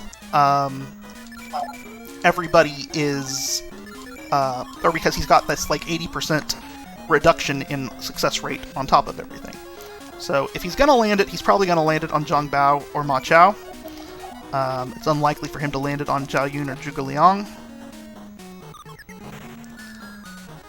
So even though he's got on Shaw, we're not going to worry about that. We're just going to all out. And we may watch somebody disappear momentarily, as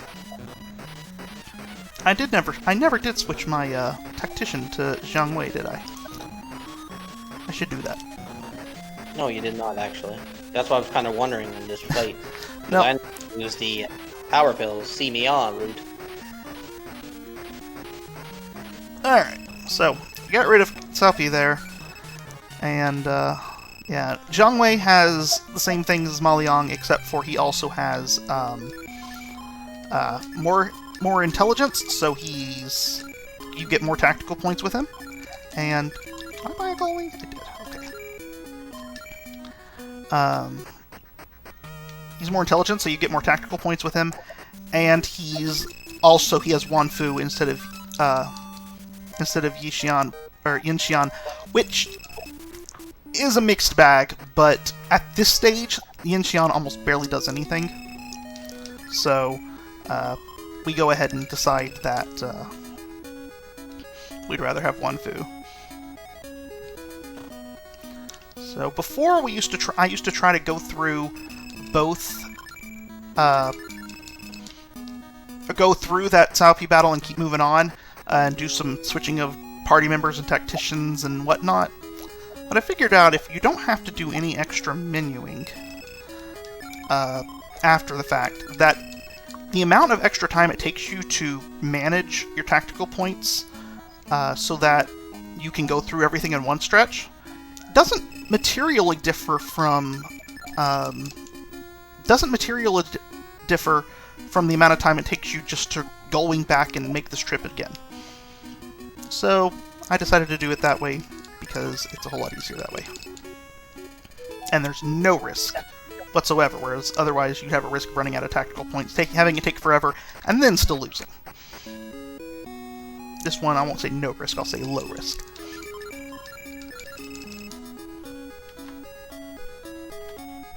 Yeah, because you got to go through 3 fences in the castle, or 2 fences in the castle here. Right, So but by do it all in full. But by restoring my my tactical points, I have enough tactical points extra to use on Shaw at these gates. Whereas before I was switching over, putting Zhuge Liang as my strategist, bringing Jiang Wei in, and having him doing it all out, and then when it got near the end or somebody got low, having him use the healing tactic. The healing tactic is slow just because of all the menuing it has to do. And so if we can just destroy it like this, we can get through these gates a whole lot faster. So the faster we can get through these gates, the question is, what's the time save at these gates versus the amount of time we lose versus making that extra trip? And it doesn't really actually differ that much, whereas this one's a whole lot safer and a whole lot more fun. So that's why I've adopted this particular route now.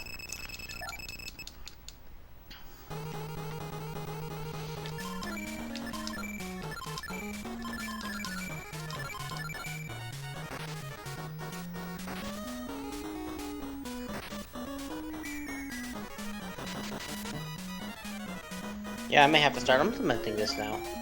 Now that I see it. I'd say if you ever start deciding to speedrun this and you wanna run it, you need to stay on top of stuff, because every time I stream, I feel like I have a new routing decision I'm wanting to try out and see what happens. So you can't just stick with the same static one. Alright. So that one's taken care of.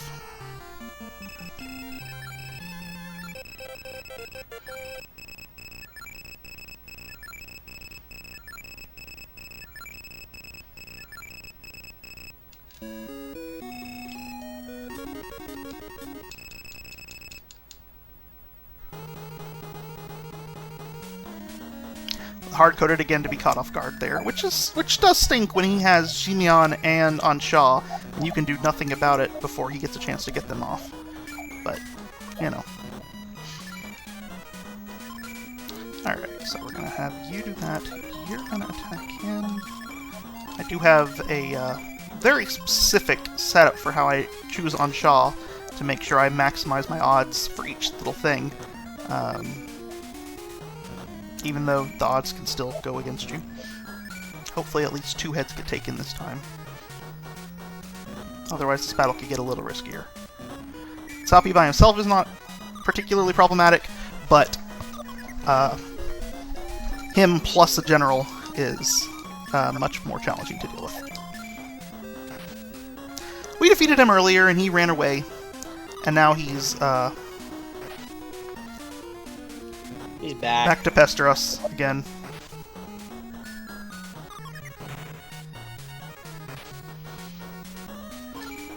So what we'll find out is, it seems like his head can't be removed, but apparently we just can't remove it.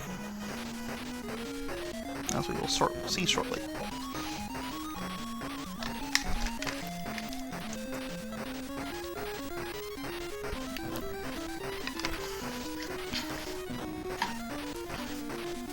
So now Sima Yi's army arrives, which is supposed to finally arrive to help Cao Pi.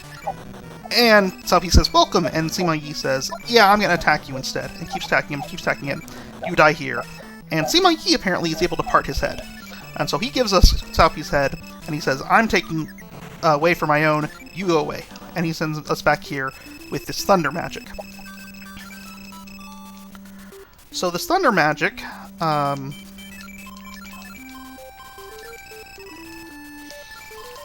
is something you cannot defend against when he initially sends you back. If you go to if you go talk to Liu Bei now, he will tell you that Guan Yu has some information for you. And if you go talk to Guan Yu, you'll find out Guan Yu's other son, Guan Sua, has found this book related to spells and whatnot, and has found a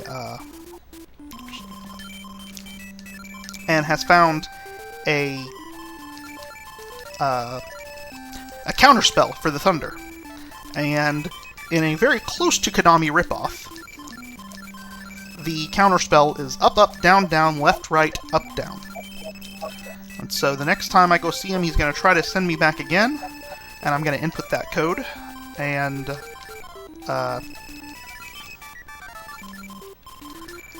I will negate his thunder. I have screwed up that input in a run before, so you have to be very careful.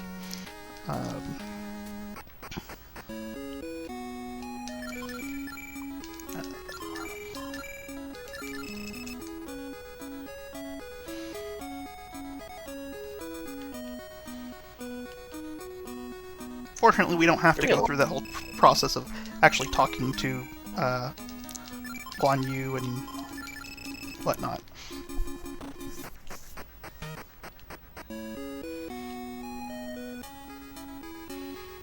So we can move on our way, merry the way, and make this trip a third time. Yeah, this is a long walk. Make a couple of times.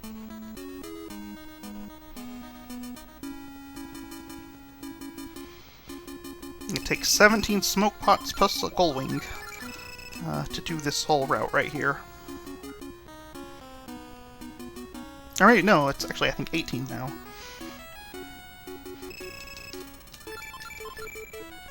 But we're coming on the end.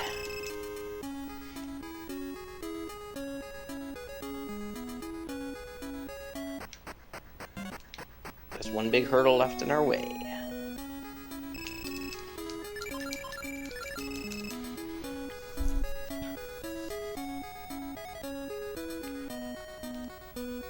Alright, so now I gotta focus and make sure I don't mess this input up, because it's easy to input, but it's also easy to screw up.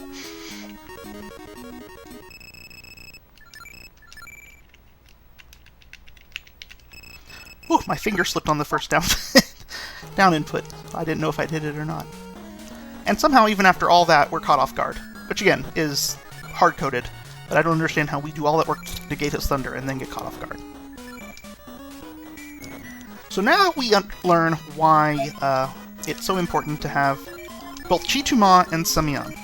Because we need Jiang Wei, whose agility is maximized with Chituma, ideally to go first before Sima Yi goes, because Sima Yi has the habit of using Beiji, which is no fun, has the habit of using Shui Long, which can do 2,000 to 3,000 damage to us without Beiji, and 5 to 6 with Beiji. So, very, very nasty.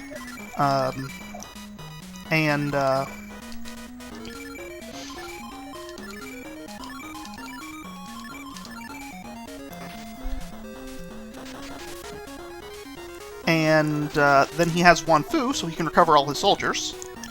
He has Jimian, so he can negate our physical attacks.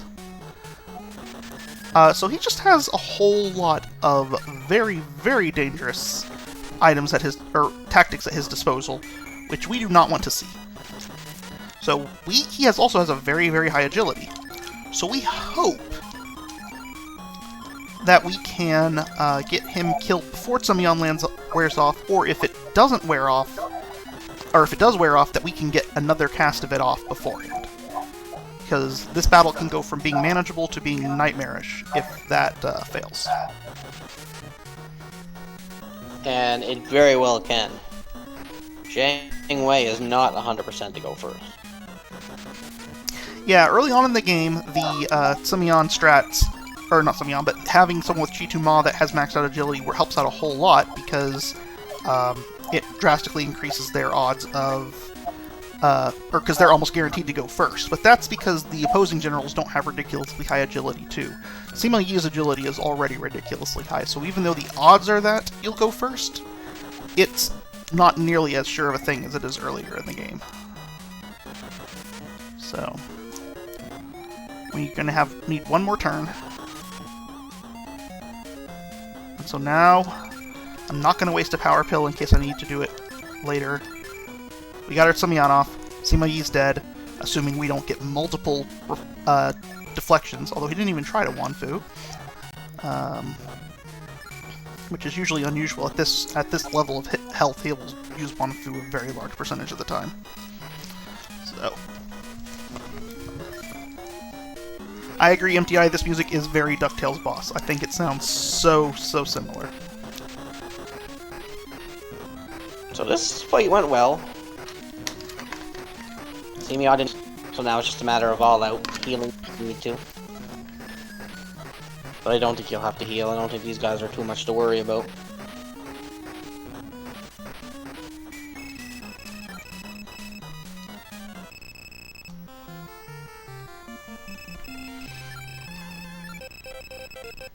Yes, looks like we are. Trying to get this game some hype.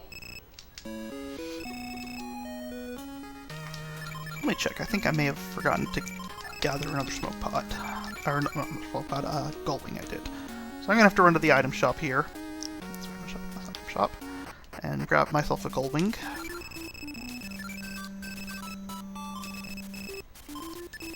I'll deal with the rest in a minute. So we're going to do a couple little things real fast. We're going to go back to Zizhou here. And we're going to get an encounter. And I'll let you guess as to why we want to get a random encounter outside of Zizhou here. And of course, we're not going to get that encounter because that just tends to be how things work out. This game is funny like that. When you want an encounter, you can forget about it. When you don't want an encounter, you get like 8 and 10 steps. Yeah. Hey, new color bars hype. Which look all tiny now. Alright, so now we've done that part. Now we're going to do part 2. If you paid attention to the level up we just got, actually, let me look at the soldiers here. You have Zhang Bao who've got along 10,000 mark, and the others who are so close. And it'd be really nice if they all had 10k for the next one, because as we know, that takes their damage multiplier up by almost a third. Well, fortunately, there's a guy behind Zizhou who, at any point in the game, you can talk to him, and he will raise your experience points enough to go to the next level. Which just so happens to put Guanxing, Zhao Yun, and Jiang Wei above the 10,000 mark, which is quite convenient for our sakes, because now we can increase the damage from all of them.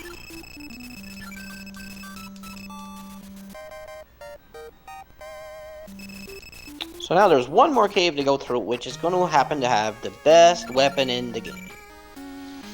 The weapon that is going to make Zhao Yun or Zhang Bao hit like an absolute semi-truck.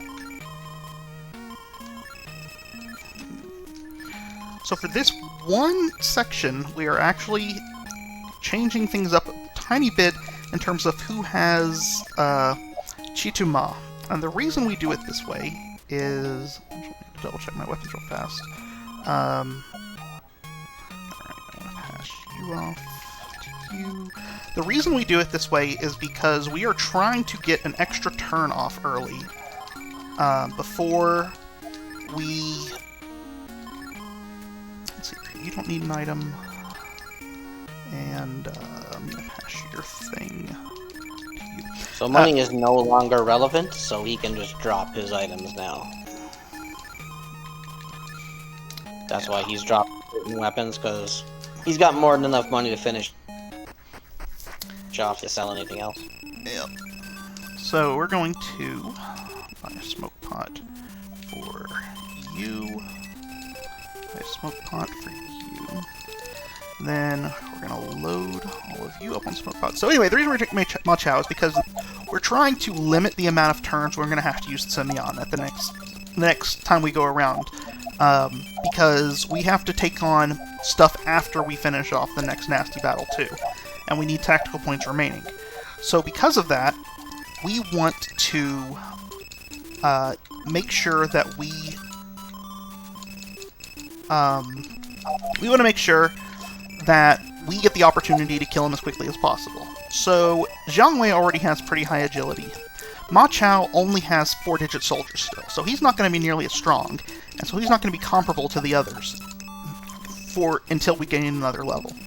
And because of that, if we let him have Chituma, it will also max out his agility, and we can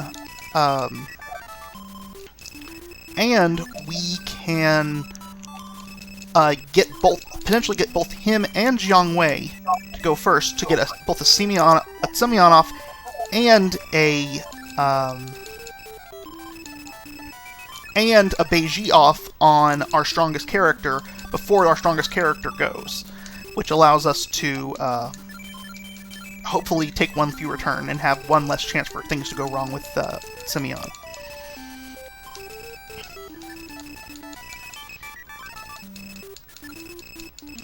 So now we're going to load back up on power pills again. We've got one more shopping trip after this before the very final battle. But we've got to get there first. And so, I have had so many runs into this part because this is another one of those parts that if it goes wrong, it can cost 6 minutes of recovery time. Yeah, these next fights here are pretty important for time-wise, but we'll see if the RNG is on Tilo's side, or if the RNG is on the side of the game.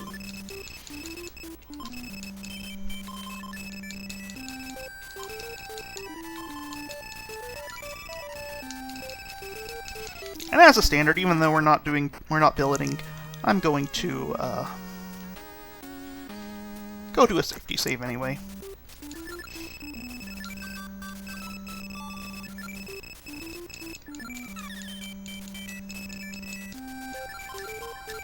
Yeah, safety save's not a bad thing to do here in a marathon setting, because stuff can still go wrong.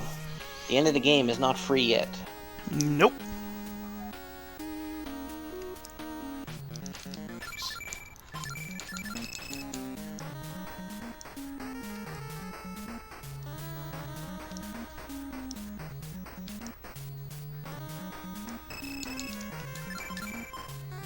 Alright, through a cave. Oops. Through 2 caves, actually. Yep, we've got all sorts of cave fun to go through. So all sorts of time to chat. Because he's going to be smoke potting through this whole thing. He did do the cave glitch, just in case he doesn't get if he doesn't remember the smoke pot. I mean, if he gets encountered, it ain't going to matter. But. Right, and there are some safe zones, and so if I happen to run out of smoke pot a couple tiles away from a safe zone, I may be apt to chance it. But I still don't actually want to get an encounter, because as I mentioned a while ago, the encounter rate, or the run rate, is static. So it doesn't change even though we are massively stronger than the opposition. It doesn't increase our run rate. Yeah, so the rebel forces in this fight here, if he were to get them, would maybe have like maybe 500-600 soldiers, and you have 11,000 can't run. It doesn't make a lot of sense, but you know, game logic seems legit. Now this tile set has no safe zones, if I'm not mistaken. This one does the green one. This one, the green one, does not. And then the red one at the start of the next one, the next cave, also does not.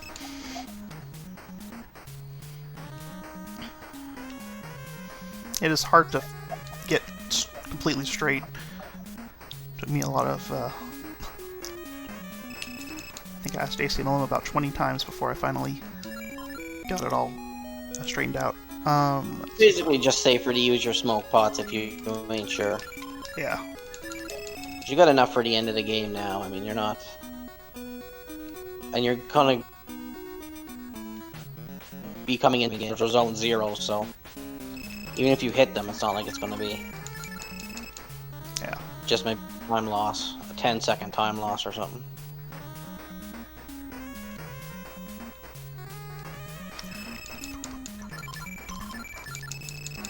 So, in this cave here, he's gonna get 2 very important weapons. Yes, indeed. He's gonna get the halberd, which is totally OP. So and the final sword of the 5 that we do pick up. So one thing that is another thing that's kind of hidden in this game is that if you look at the character's stat page, it will show an attack power for your weapon. That's a value from 0 to 255. And that attack power actually means nothing. In the sense of, yes, something with a higher value is stronger, but the value by which it's stronger is completely different than what it's showing you. And that's easiest to see by the fact that this weapon here, Qingguang, is... if you equip it and look at the weapon, it shows a 240 attack power. If you equip the halberd, it shows a 250 attack power. However, the halberd is actually twice as strong as the other weapons. So, meanwhile, the Bo Yi shows a value of 190, and it is only a fraction. It is not that much weaker than the other weapons. It's only 7/8 weaker, and that's almost a drop of... or that's a drop of an extra few percentage points, so it really means nothing. And instead they have a hidden value. Why they do it that way, I have no idea. They do a lot of hidden stat stuff here. So, this is always a battle I'm grateful to have, because sometimes when I pick up those hidden weapons, or those weapons in that cave, I forget to equip them. And it's very obvious I forgot to equip them when I start seeing, this guy losing 1 or 2 health.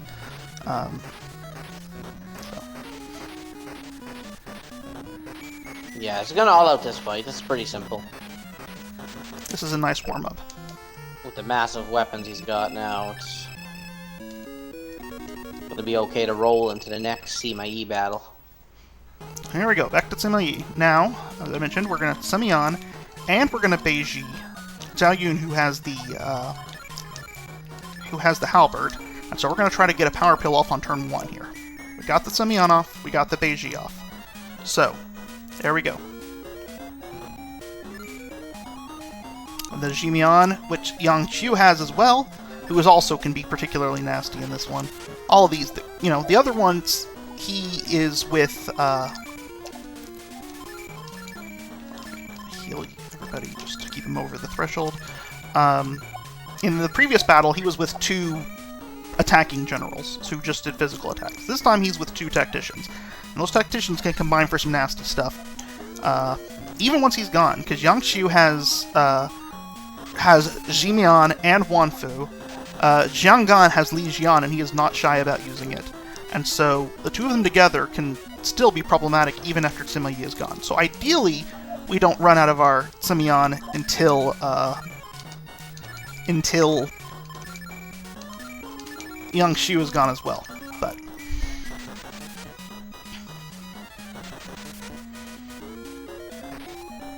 So it's been lasting pretty good here, so this is a good sign. yes, very good sign. Because there is one more castle after this fight.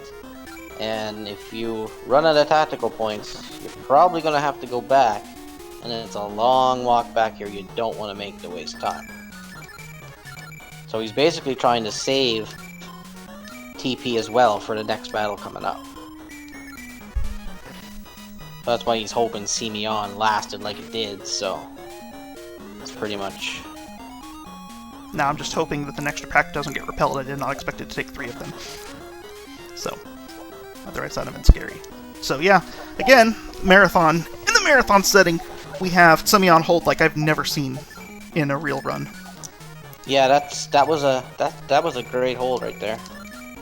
We're gonna be able to get Yang Shu gone before it runs out. Wow, I know this battle couldn't have went any better. No.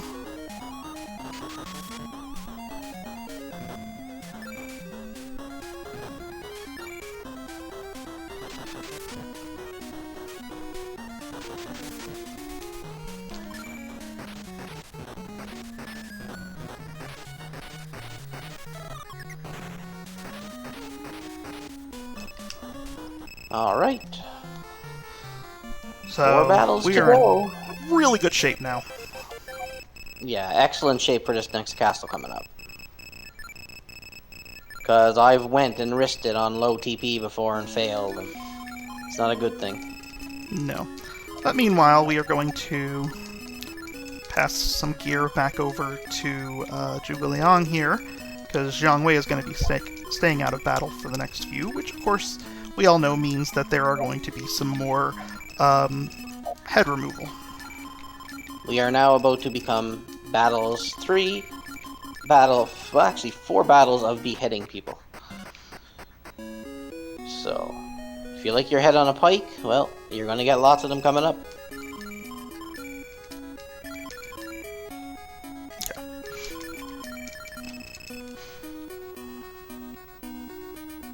So once he beats this next castle, he'll actually be back to Zone 0 again. So it'll be easy accessible to an inn. So most of the hard work will be done. Yeah, I didn't really touch on it. I'm actually going to take a risk and go ahead and do that. I didn't really touch on it when we got there, but when I took out Luoyang is the capital of China at this point, and and so when we got there earlier, it had burned down. And nice. All right.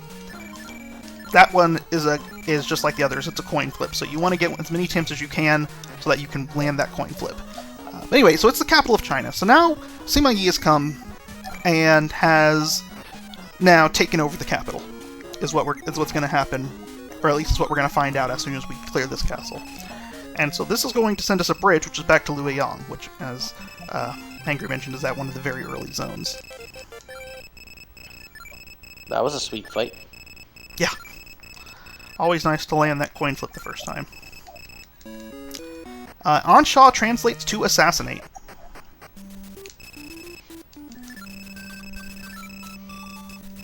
Because you are basically assassinating the person. So now he's going to go through a short little battle with some fences here. Yep, these fences have been regenerated since... some all-outing. Since the first Dongzuo attack. Yeah. Now, Dian Wei is the one person in the game who you can manipulate in such a way that most generals only appear in one fight. Except for some major ones who you can't actually encounter out in the wild, like Cao Pi and Sima Yi. Dian Wei, the way the game works is you can only recruit generals after you've defeated them at a set battle. If they're set to be able to do that. Well, Dian Wei is the one general in the game that is set to be recruitable after a castle, and yet shows up in a future set battle. So if you happen to recruit him before this battle, he just won't be here. So you'll only be fighting Ho Cheng and Liu Ye.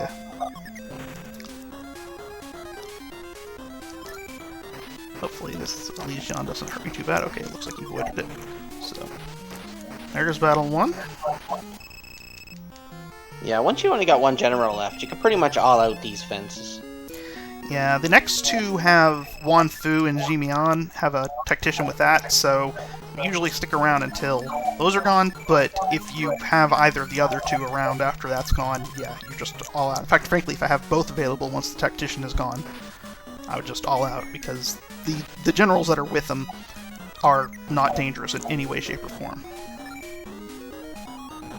Now, these last 3 or 4 battles, they have a lot of soldiers, and they look mean, but if you're so much, they're pretty much hard to wipe. I don't know what I said, but I'm changed my mind. You'd have to take some effort to wipe this one. Yeah.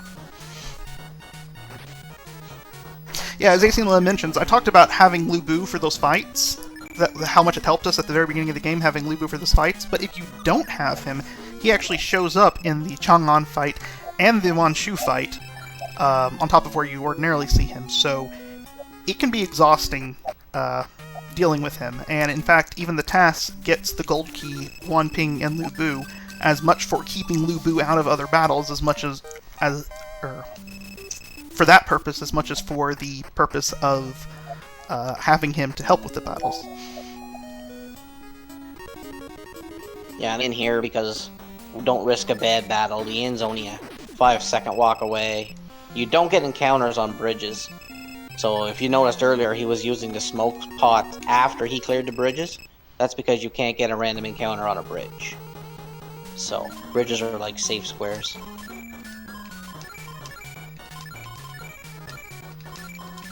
And you know those little rebel forces down there with 180 soldiers. That always makes me laugh. Yeah. Big boss battles, 24,000 soldiers, you got these rebel forces in the back row. It's also sad, the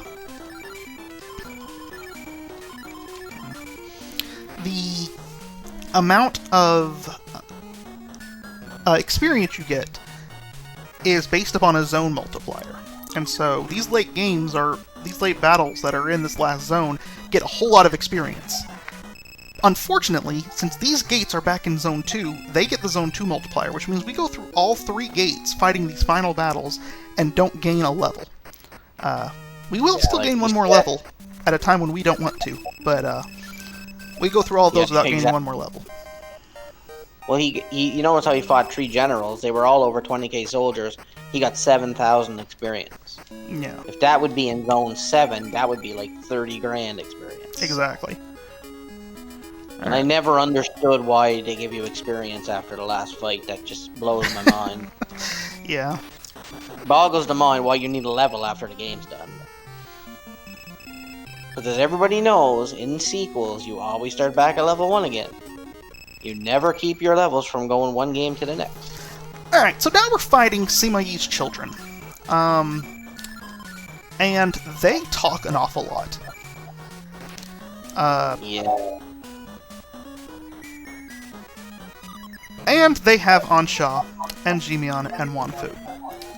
So the strategy in this is to, unfortunately, because somebody died, we're not going to try the Ansha strats, which is what I was hoping to do. But Maliang makes that unlikely to land, and then we just lost Jia Yun as well. So,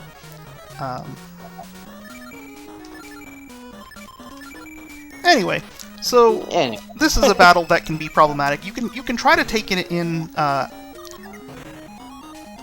with Semion and all that fun stuff the way you're going to do the final battle here, but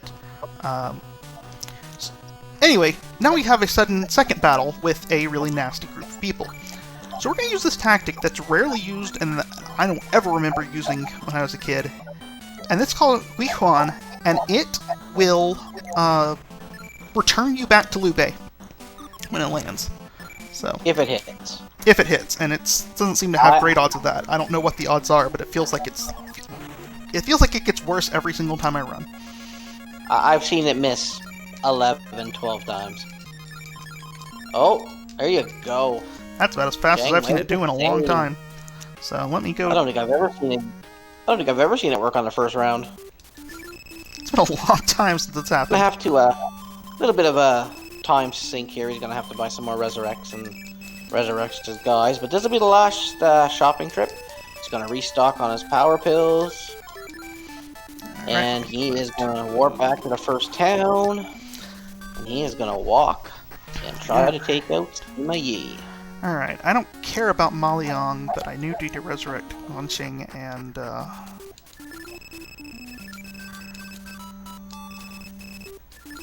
Yeah, Ma Lang doesn't matter. He's just there to be a cheerleader.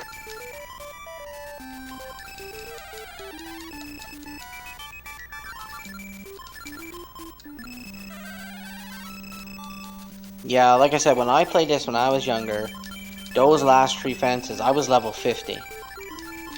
And they were still taking me out because I didn't know about tactics.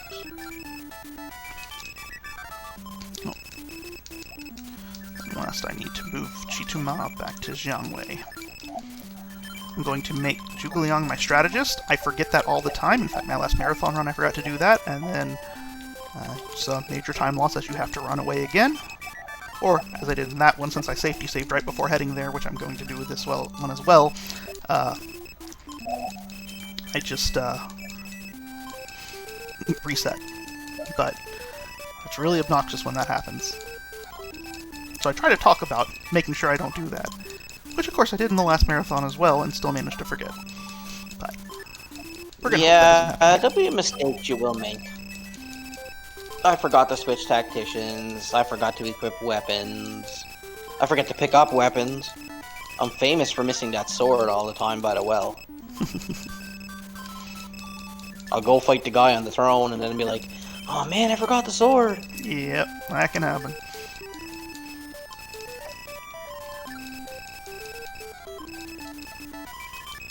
And yeah, this will be the last you'll see of him shopping.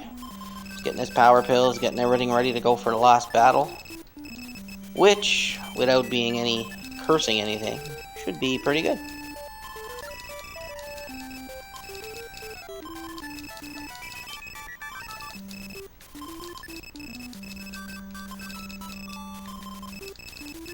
Oh, when I was younger, it wasn't the fact that I never used tactics. I mean, I knew the healing one, and I knew the attack ones, but I didn't know and the Simeons did, so.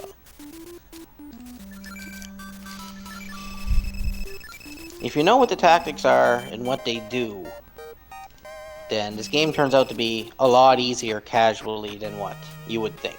Yeah. And the, on top of that, when I was a kid, I lost a lot of saves to that 7 slot glitch, where all of a sudden, and some of the weapons that I was looking for weren't there. I didn't know. Sometimes the guy who said searched around me had a sword in front of him, and other times he never did. And I never understood why. See, when I used to play it, I never had the extra generals either. I went with 5 the whole time. I never had a 6 or a 7. So I don't know if the 7 slot glitch really mattered then. If you only have 5? Yeah, if you only have 5, it won't matter, because you have to have 7 in your party for it to matter. So that's probably when I was a kid, because I would go with just 5 guys, because you wouldn't see the other 2 in the fight anyway. I didn't think about them holding items or anything else, so. Mm-hmm. I just take the 5 best and go. Which, funny, was not Jiang Wei, because I'd never pick him up, because I didn't know he was there.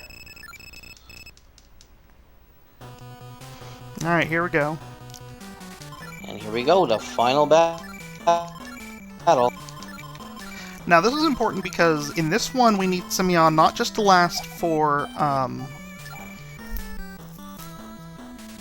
this isn't looking good since he's not going right now.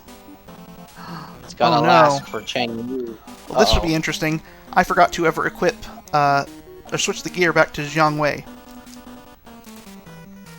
So, he will be taking a lot of damage and doing very little. Fortunately, he's usually good as a support role, so... Well, unfortunately his Jimeon wore off, as did your Simeon. Mm-hmm. So, we gotta pray he's gonna go first. Well, they are taking advantage of the fact that he has no armor. My goodness! Well, this should be fun. And a nice little challenge.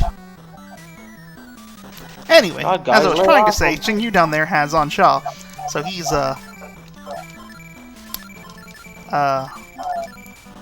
we gotta keep Semyon on until he's dead. Because he has Ansha and Wanafu as well. Lay off the little guy. Come on.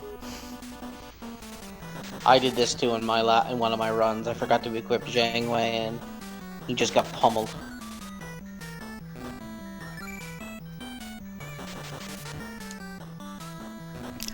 Wow. Like the game knows. Like the game senses it. This guy's got no armor. Go for him. Alright, so what we're going to do is we're going to resurrect Jiang Wei. We're going to power pill with you. We're going to power pill with you down here, and then we're going to power pill with you up here. That will guarantee Sima Yi dead, and we'll get Jiang Wei back alive, and hopefully be able to get a Jin Xian off before. So we gotta hope Semyon lasts at least another round. 2 would be better. So there goes Sima Yi, and thankfully it lasted again, so we're going to hope that this keeps him around again, but if it doesn't... actually, we're going to do that.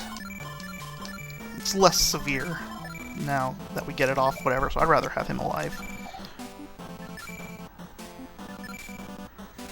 I do not want Ansha to start wrecking my party. Hey, look at that! They can hit someone other than Jiang Wei. Who knew?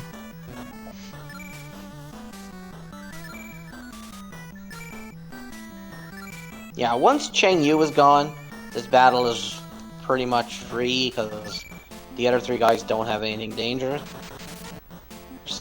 Oh, if his Semyon lasts one more round, this is GG right here. Yeah.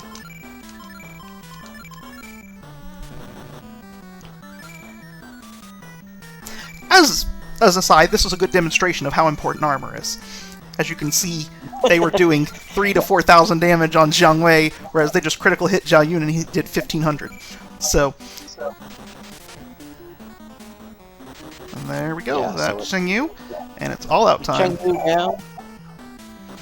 Yeah, now it's just a matter of all-outing the rest and Bay and GG. I like what you just said there, Makura. Ansha to resurrect amuses me. Oh, you lost your head? No worries. I'll just glue it back on. Yeah. A little bit of spit and bubblegum can't fix. And so now, Sima Yi dies, complains that he was not killed by Liu Bei's own hand, just his henchman, but at least the land's finally united. And now, of course, we gain a level. Yeah, I never understood the experience thing here. It's like, you're just wasting time, people.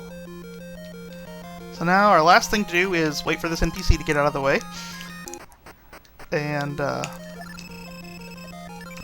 invite Liu Bei into Luoyang, the capital of China here. And talk to Liu Bei and let him do his little spiel, and time will be coming up very shortly. Finally, peace reigns again. I thank you all for your effort. Through this great trial, I've gained much wisdom. I will rule fairly, but with an iron hand, so that no uprising can threaten peace again. Time. And that is time. GG, Tilo. Good run. Thank you very much, and thank you for joining me over here, Hangry. Yeah, my pleasure. I enjoyed it very much.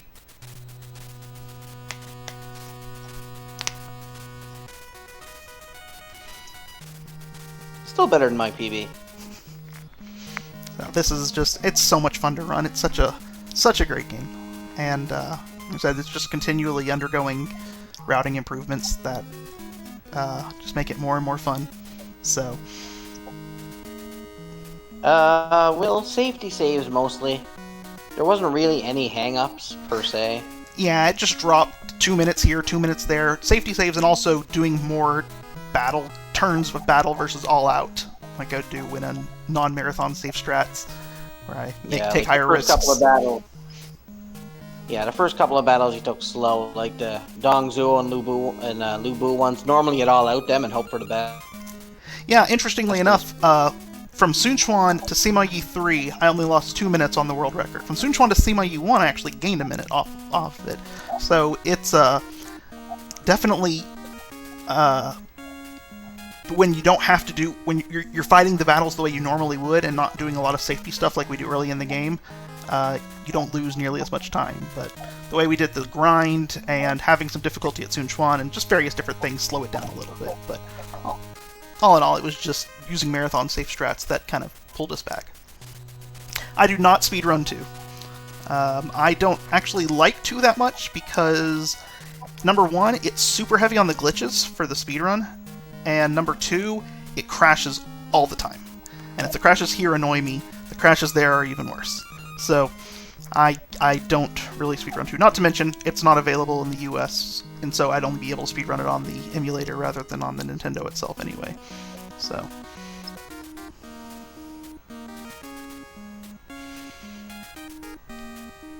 anyway, thank you all very much for watching, and thank you very much, High Spirits, for letting me showcase this game to a wide audience.